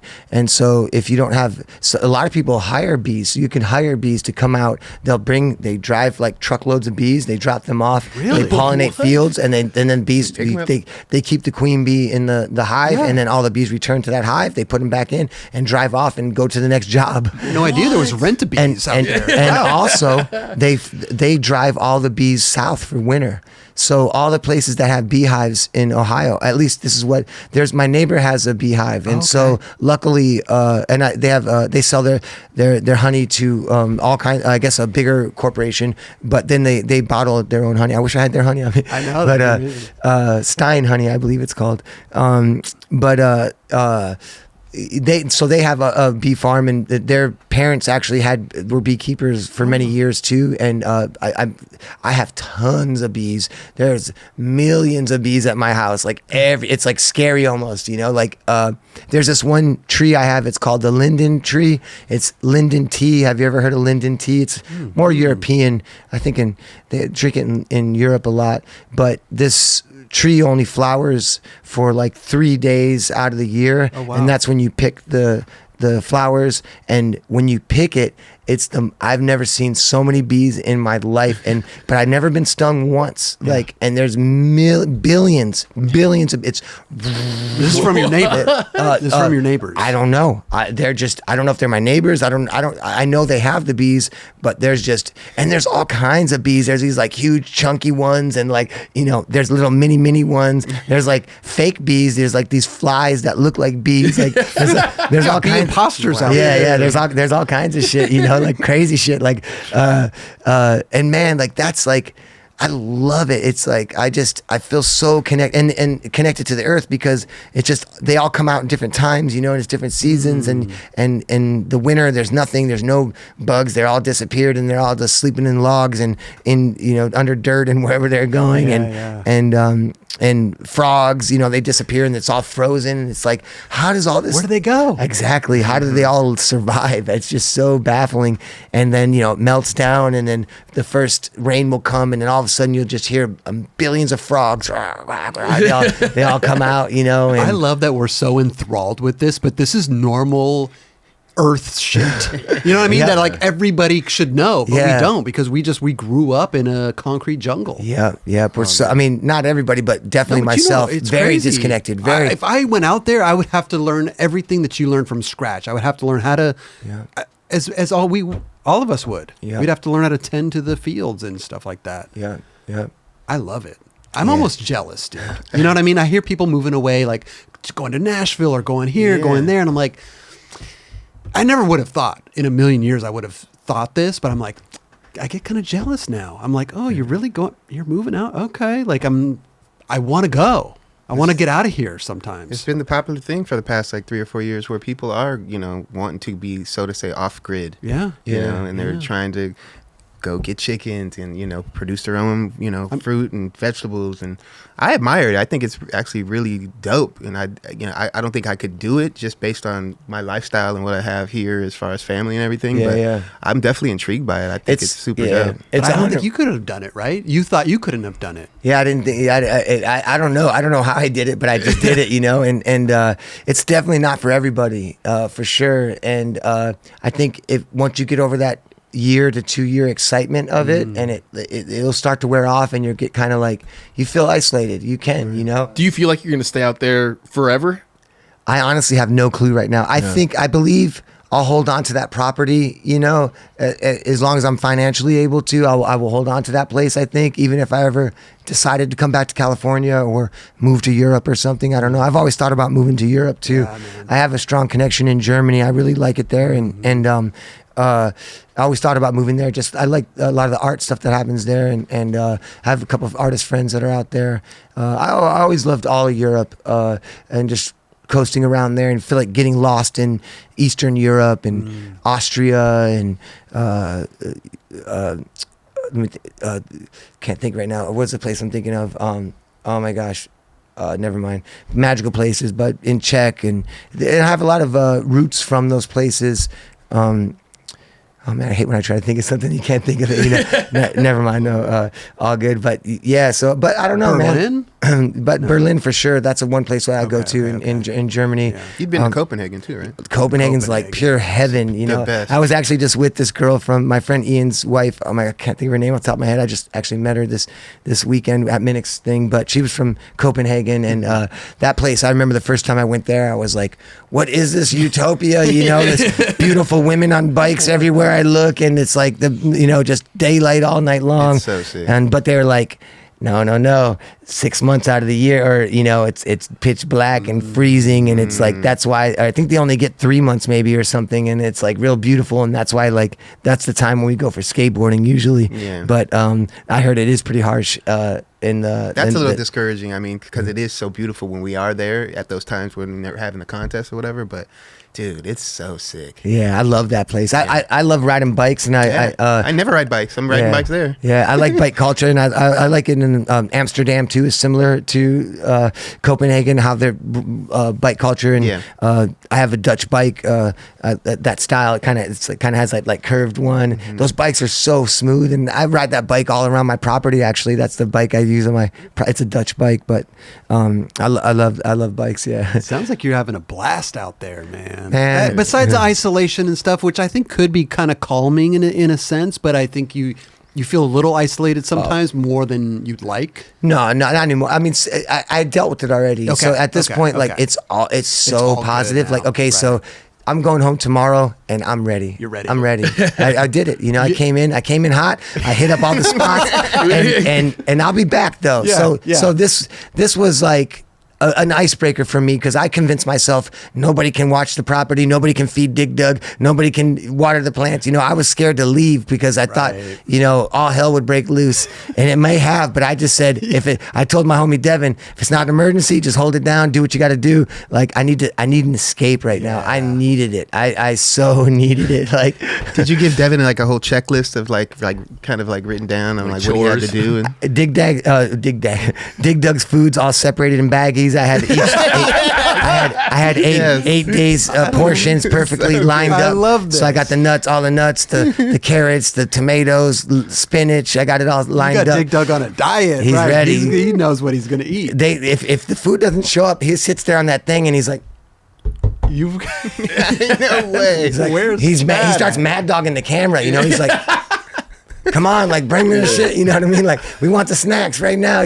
So oh shit. When you're back home, are you like watching Netflix, listening to music? What do you do on your off time when you're not working? I don't watch any TV. Nothing. Never, ever. The only time I watch TV is when I lay down to go to sleep, and it's YouTube videos on instructional, something to learn, a process that I want to learn, something about anything. I like to research things. Yeah. So that's the only type of entertainment I watch.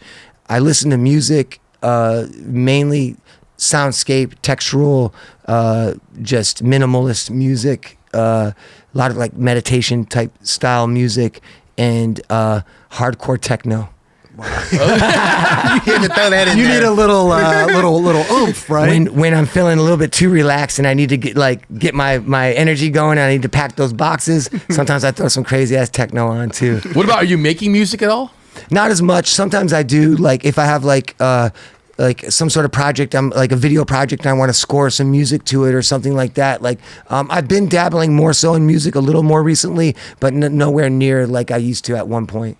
Okay. Yeah. Muska beats, man. Muska beats. 1 2 1 2 1 2 1 2. Yeah. Now it's Muska beats that you eat. You know what I mean? You eat the Muska He's got beats. some Muska beats. That's pretty sick, actually. Yeah. So you're fully self-sustained out there, right? You can No. I mean, well, I could. Vegetables.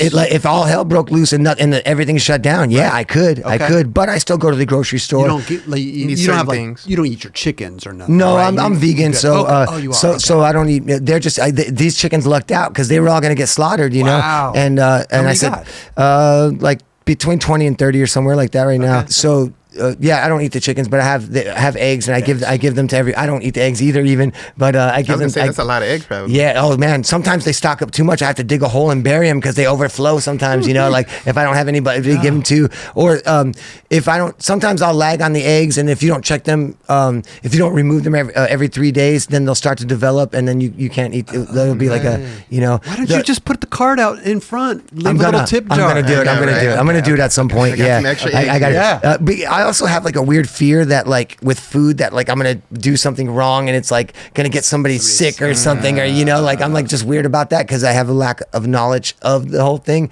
But it's not the case. It's what. Egg is an egg. You pick it as long as it's not rotten, which they're not. They're fresh every single day. Hey, just watch a YouTube video. Yeah, exactly. And eggs last a long, long time. And another interesting thing was that like about like if the vegan aspect of it for animals, it's very interesting to me because chickens just lay eggs. They lay them. They're not all. There's not a chicken in every egg. You know what I'm saying? It has to be fertilized. They have to mate. And they're just popping those things out. It's almost like nature's little snack. Like it's like, hey, like everybody's. Not all these are going to hatch, but some of the raccoons are going to get to eat, and some of the humans are going to get to eat, and the chicken population is still going to thrive. And it's like they're like made for it. Kind of. It's so weird. It's like perfect for the design, but when you really dig deep into everything, this grand design of everything it's structured. It's structured correctly. This might sound silly because I'm just don't know about this stuff, but how do you know if the egg's fertilized or not? Like, how do you you're like, okay, I'm gonna hold on to these ones because they're fertilized?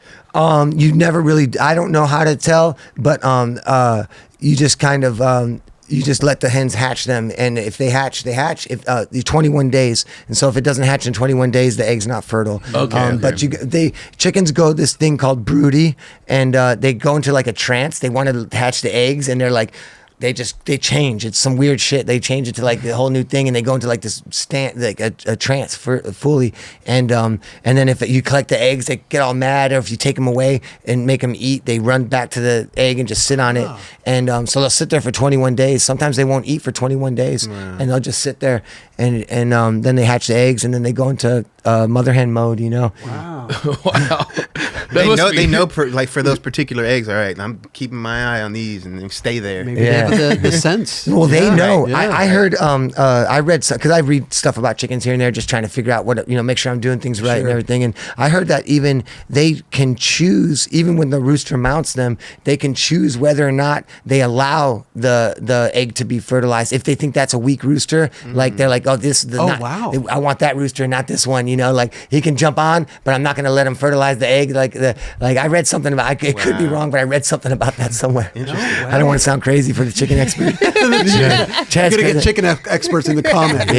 Chad's out of his mind. I'm definitely no expert by any means in any of the stuff. You have to do something for 10 years before you even start to slowly master it.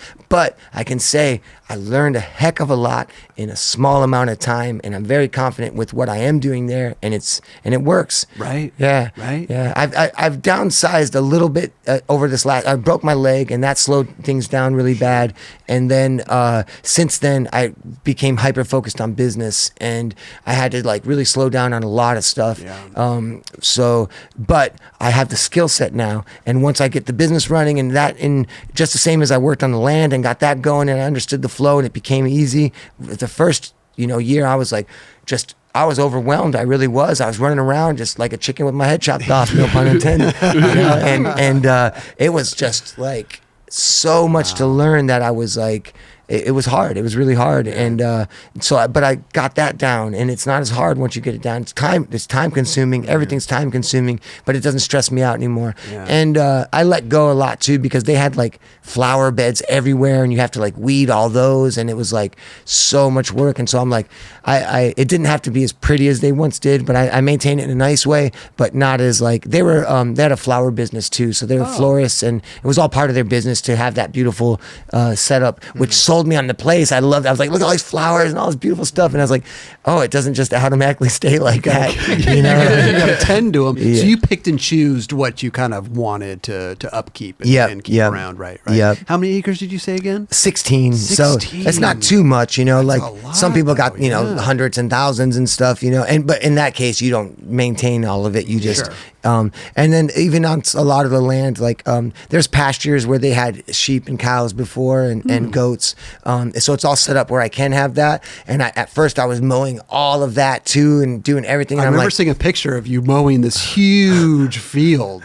Yeah, and there's multiple ones of them. Like there, I mean, it's like I said, it takes me 6 hours to mow the property, so it's a 6-hour mow job. And you know what's so crazy is like I think I have OCD in a lot of ways, so I like to like see things done. You know, like I can't stop till it's finished, and I'm like, so I just and I'm like, it's been 6 hours. I've been mowing for 6 hours straight, not even taking a bathroom break, just straight mowing 6 hours. Wait, you got to go get gas that thing up. It takes that can do 6 hours No straight. way. Yeah. Holy full shit. tank. And this That's came with amazing. all the tractors and the whole Well, with money, it came with. Well, I'm just saying with the house though. You bought it and it had all the. No, I had to buy them separate, but they had them there. they had them there. Yeah, Okay. they weren't included with the deal. Got you. But a lot of stuff was like the greenhouses and a lot of little things were, but the machinery I had to buy separate. Right. But I got a tractor, I got a gator, I got the 0-turn lawnmower. It's Okay. like those are my new. I mean, this things. is a small lawn. Oh, that's nothing This right is there. That's Yeah. a small one.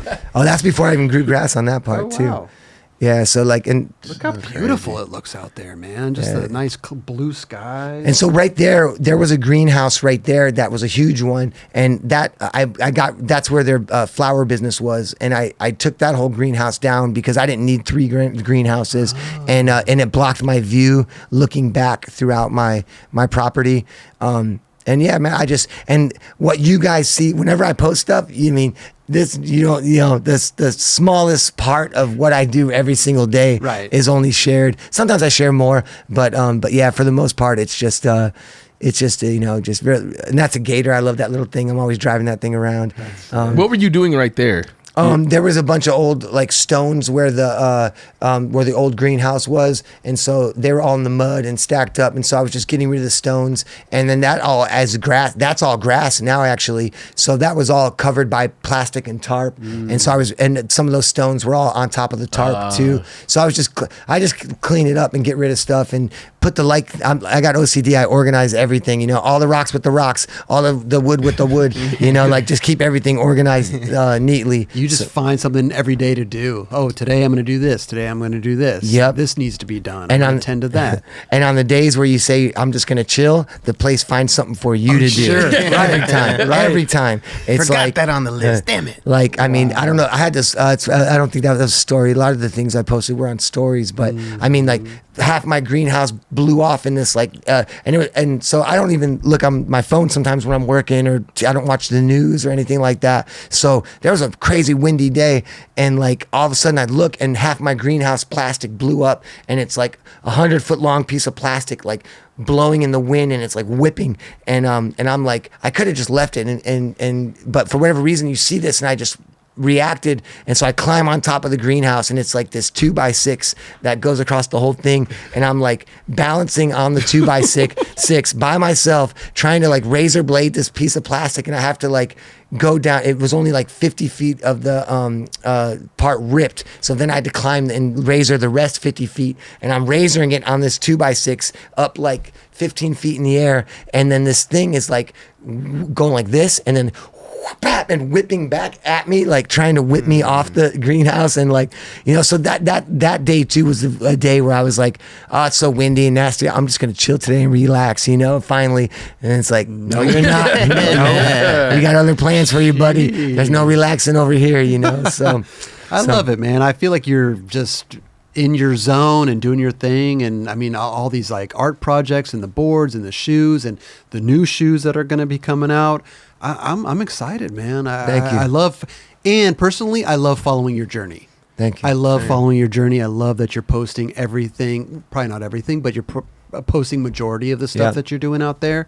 And I love it. I love it because we all miss you out here, man. You know what I mean? Man. And you have so much love out here, and it's just so rad for us to be a part of like what you're doing. It's awesome. I appreciate that, man. And like I'm gonna come back more. I promise. Like I definitely felt the love here. Like everywhere I've been, it's been so much love, overwhelmingly amount of love. Like it's like my heart's gonna explode, my head's gonna explode. Like last night, like I said, it was like Crazy. It was almost too much, you know. And but it's just like, it's my manifestation station, you know, like this place where I can build and I can just do all these different things and put these ideas out. And it's just at the infant stage still and just getting started. Another cool thing I saw yesterday or 2 days ago was the Shortys 9 Club, some collabs going on. Oh, yeah. Have you seen anything like that? Yeah, well, we've been talking. So when we watched the Shortys video, Fulfill the Dream, which by the way we talked about, it's my favorite. I wanted to ride horses with you guys. It was like the whole thing for sure. But such a great video, and our boy Charlie, he is the man. He's our graphic guy. He's the best of the best, and he whipped up some stuff. Okay, and Shorty saw it, right? And David Flores saw it, hit me up, and then we all connected, and we started all these things started to develop, so it's been really cool. Cool. Yeah. They just sent me some logos. I was like, they look dope. They look dope, man. Yeah, so we might do something. I thought it'd be good. Fulfill the club. Fulfill the club. Yeah. Fulfill the club. Oh, here we go, right here. Boom. Glad you found Fulfill that. the club. Look at that. Fulfill the club. Yeah. We had a board somewhere too, man. Like I don't know. Someone made the board. Made a board and sent it in. Yeah. But, dope. That's amazing. Yeah, man. dude. So you're gonna have to like sign each one and paint it and do all your things. Yeah, for sure.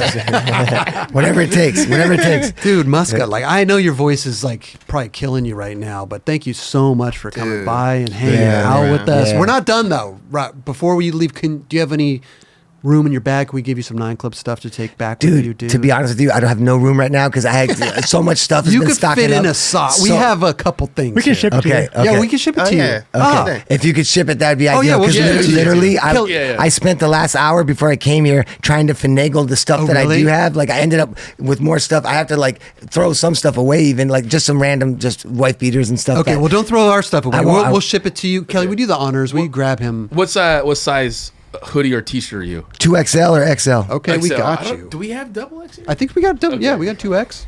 Heck yeah.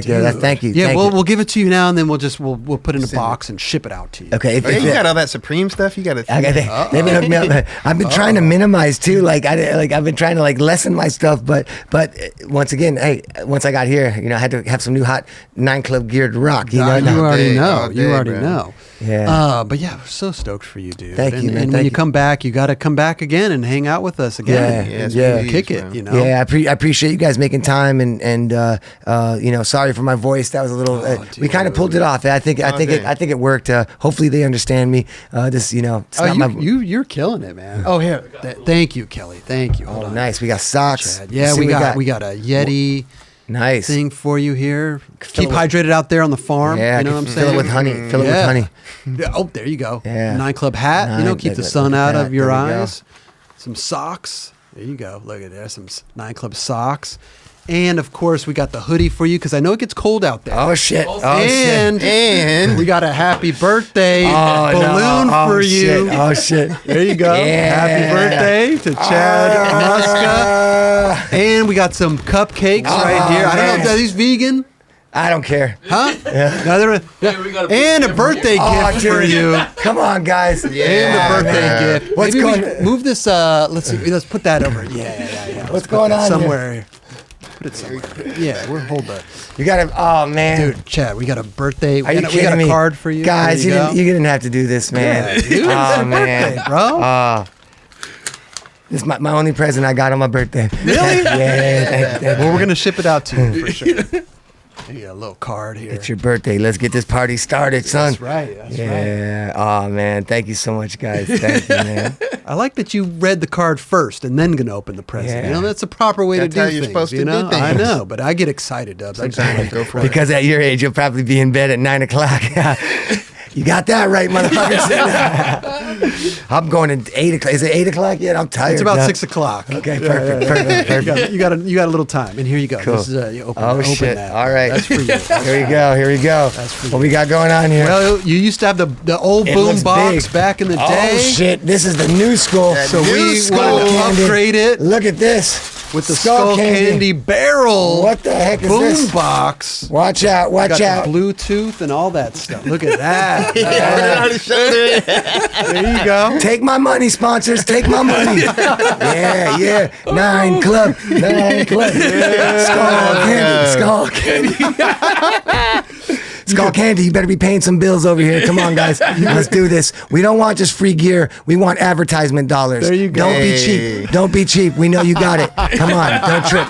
No. Thank you. Thank you, everybody. Thank you, Skull Candy. Hey. Thank you, Nine Club. Thank you. Hell yeah. Thank you so much, That's for the techno music out there. When you look at it. Look, it looks like the ghetto blasters on my. If you look in the in there, It's on your ear.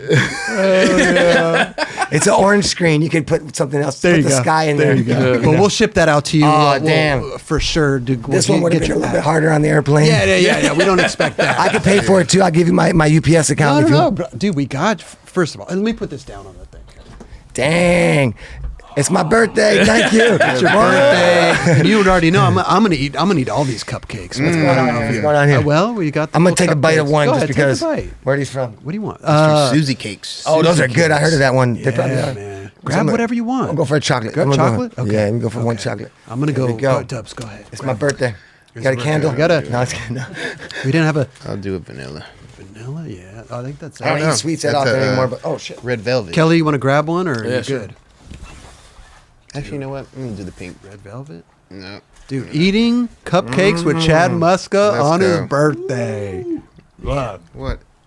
Happy Tasty. birthday, Chad. Thank you. Thank Happy you. birthday. Thank Happy you, birthday, gentlemen. Chad. Thank you. Thank you. Thank you, Rod. Chad. Oh man, I haven't. This is like too sweet for me almost. You know, like I haven't been eating that many sweets lately. Oh shit. Dude, man you're down. the man, Wow. bro. Chad Muska. Dude, hey, happy birthday. Thank I got you chocolate- so chocolate much over. for coming by. We appreciate you. Yeah, dude. Bro. Thanks for coming through, man. Hell yeah, Chad. Thanks for making time, bro. Yeah. Go ahead, come. Yeah, You're drop good. one. You're good. Oh, we'll clean it up. We'll Oh, clean it yeah, yeah. No, don't worry about that. Don't worry about that. This is a party, man. You know what? I'm going to. Yeah, this is a party. Yeah. This is how we get down at the 9 Club. This is our. We're. That works. All we're missing is the techno music. Yeah. Chad, thank you so much for coming by, dude. Hell You yeah, are the Chad. man, and Thank dude, you, bro. congrats on everything. Man, yeah, I appreciate it, man. I appreciate you guys. I appreciate all the love I felt in California out here, man. It's just been a magical journey, and the journey continues, you There know? you go. And I'll be back soon. Much love, Cali. Maybe New York's next.